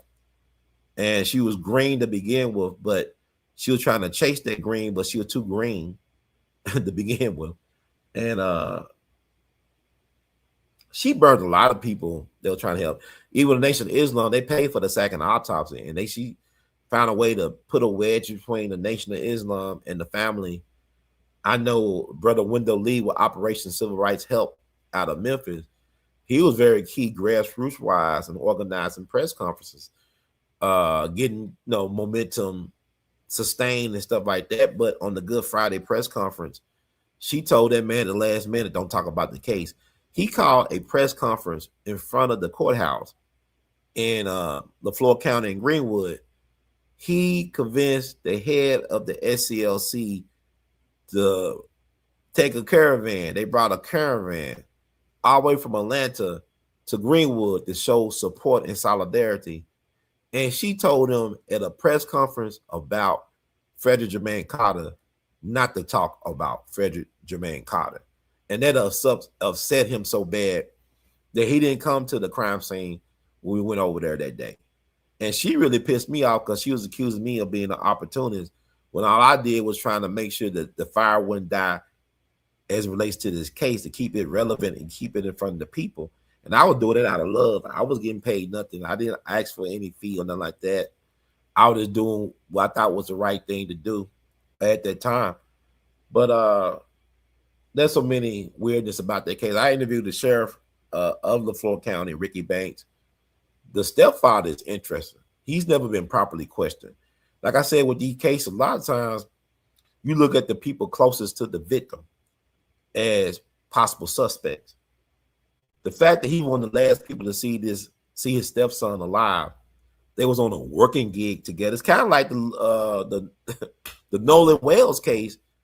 We left together. We should come back together. So why is it that the stepfather comes back home, but the stepson is missing? And then you find him dead hanging from a tree 2 days later. It's like the Nolan. I'm showing y'all the playbook. I ain't saying, I'm just putting stuff out there. It's fascinating. This man, I try to talk to this man on Good Friday on that press conference day. I asked him, so what? He said, talk to the lawyer. I said, what do you think about this weather we having? Talk to my lawyer. He said something like, he kept on, yes, it's pleading the fifth. He was pleading the fifth. He wouldn't say a mumbling word. It was like a church mouse. He'll mumble things or whisper things to people associated with him that he knew. He didn't know me, so I can understand the apprehension. But my thing is, he claimed that he called the sheriff's department when Frederick went missing. I talked to Sheriff Ricky Banks. I recorded it. I got the audio that YouTube took down. I got the audio somewhere. I gotta find it. But he talked about, I asked him, did Lowell Evans call the sheriff department? He said they had no record of him calling them whatsoever. He said they record all their calls. They take notes, log, and everything. He never called the sheriff department. Now, it's possible he could have called the Greenwood Police Department and got them confused or whatever. But nobody ever answer or ask him those questions. Nobody actually, I don't think he was even interrogated or anything. Like, you and him was on a gig together. Y'all were doing a job together and he disappeared on your watch. And you claim that you went to get some supplies. Where are your receipts? Like, where's the receipts? Like, where did you go? Can we get video footage of the place he went to buy supplies, the paint, whatever, the brushes? See, this is stuff that bothers me. This is really elementary, simple stuff that they did not do. They did not secure the crime scene, did not question the people that last spoke with or saw or worked with Frederick. They just put out this narrative that we got to accept the fact that this black boy or black man who lived in a different county would come our way on a painting gig to delete himself by hanging from a tree in a very affluent white community. Old money on private property by a dog kennel, and nobody saw nothing. Them folks probably got cameras all. This is back in 2010. I'm sure they got cameras and stuff, because these well-off people. I think they were more concerned about bringing down property value. But I heard on the streets when I was out there in Greenwood that his murder was retaliation for a white kid killed in the black neighborhood over some drug stuff, something like that. It was so many different rumors going around, and there was no investigation, no proper investigation. The DA wasn't interested in doing an investigation. Sheriff Department don't seem like they were really interested in doing anything. But there's no institutions, nothing to hold these people accountable for anything. And this constantly repeats, rinse and repeat, rinse and repeat, rinse and repeat. This is constantly happening because we have no institutions. We have no allies. This is during the presidency of Barack Obama, y'all so-called beloved black president. And he had a black attorney general whose sister-in-law was Vivian Malone, who helped integrate Alabama. And he said himself that if we don't deal with race, we're a nation of cowards. And this happened on their watch, just like Trayvon Martin, just like Ferguson, Mike Brown, just like Sandra Bland. This happened on Obama's watch. Yeah, y'all want to blame Trump for that? All Obama did was have a beer summit. Kind of BS is that? Obama, I don't get it. It's not about, but I'm saying like these black folks were getting knocked out of here on his watch. And that Frederick Carter thing is a travesty. Because that case could have been solved, but I realized the interference of being run at the basic level. I had people just call me, leave messages saying, look, bro, we appreciate, be careful. You don't know what you're really getting into. Be careful. I had people that was interested in bringing more coverage and relevance to the case. They had to step back and they warned me to be careful about this case. I dealt with nervous exhaustion. I ain't gonna say I had a nervous breakdown, but I had to step away because I was getting too close to it because I really cared about getting justice for this young man and for his family. But it's like the people that's closest to the case, they was the ones hurting the case. So what I ended up doing, like I wrote about it 7 months later in a series of articles back in July of 2011. They're still on We All Be, but the videos have been removed from YouTube. But I'm gonna find a way to get those videos back out there for posterity. I see some people are still interested in dealing with that case. But I believe if you could properly solve that case, it will give you the blueprint for the other cases, including Nolan's, because nobody's being held accountable. People think this is going to be like, oh, just another Friday, just another Saturday, just another this. No, it's not business as usual no more because the ancestors want answers. The ancestors, they want answers. The dead ain't dead. The past ain't past. Dealing with the ghosts of Mississippi, this is real stuff. There's a lot of other cases I could talk about, but I chose to talk about these cases tonight. There's a lot of cases on my mind because, like I said, I don't look at this as a way for sensationalism. I'm not doing this because I'm trying to get all this. I'm not making no money off this like that. This is weird. I put a lot of work into what I do. Like somebody said in our comments, said, man, Brother Ron, these Gen Z people don't know you've been doing this. You one of the originals. I've been doing this for a long time. And it's amazing when I think about it, how long I've been doing this in spite of my personal situations and stuff like that. Let's see. You said black YouTubers seem to be paid or commanded to support Trump. I mean, I voted for Trump. Not paid. I'm not a Republican. I'm not a Democrat. I'm an independent person. And I believe that with the Trump situation, I'm voting for what's happening now. We're waking up. I want our people to rise up. Sometimes when you trying to motivate your people, you got to be seen as a villain. I'm mostly misunderstood by a lot of people that I love. And I have made my peace with that because God has put me here to disrupt business as usual. Yep.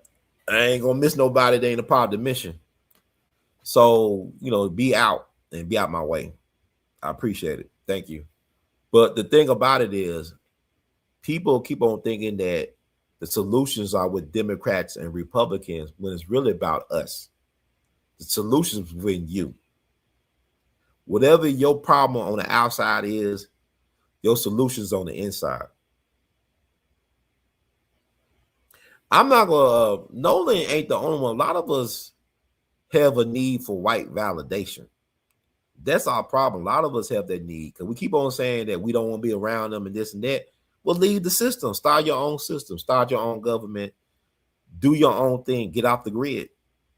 You know, my thing is, I think it's a lie because it's black people getting killed all the time by other black people, but it only makes us mad when they do it. It's like we only mean something when other people kill us, when other people disrespect us.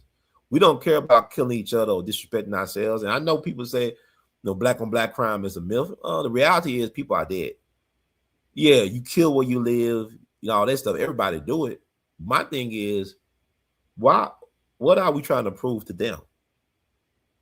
They are no better than us. They keep on saying that we have no soul. We're savages, but we are the architects and creators of civilization. They tell us that we are bad parents, but our ancestors breastfed their kids, raised their kids when they didn't want their kids. We raised this country to be what it is. We got to take our own accountability when it comes to that. Black on black crime is a product of a system. This system is organized crime. You got people that look like us could do things to us, but not because it's kind of interesting. Crime is crime. The greatest crime, it's like in Memphis. I live in Memphis. The greatest crime being committed is undereducating the masses. It's undereducating the masses.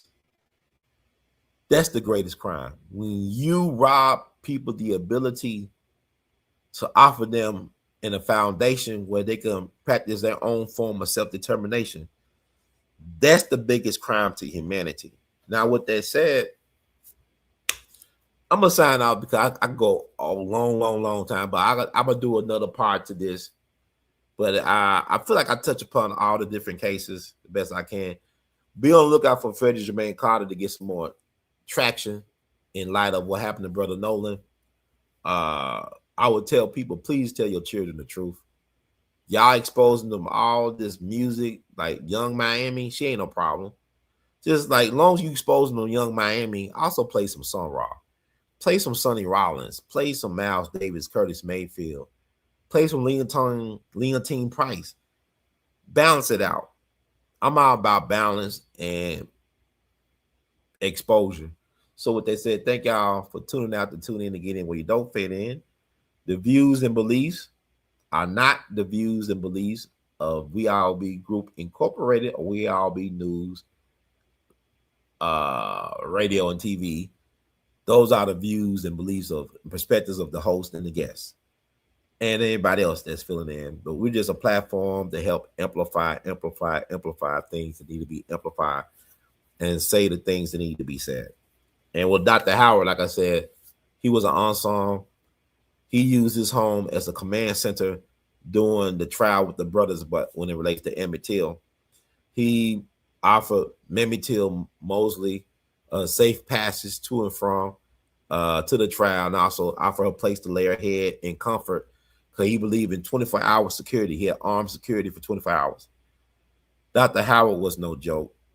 We need to know more about him and less about other stuff that are distractions, because our ancestors have provided us the blueprint for liberation. That's why they're very upset with us at this moment, but the best is yet to come. But we're going to talk some more about Brother Nolan in a different show, and also compare what happened to him to other cases as well that we need to know about that I'm not going to spend right now. I'm going to cut off right now. Thank y'all for tuning in again where you fit in or don't fit in the words of Dr. Michael King Jr., human salvation lies in the hands of the creatively maladjusted. From me and Ada B, sweet dreams, and know that the best is yet to come.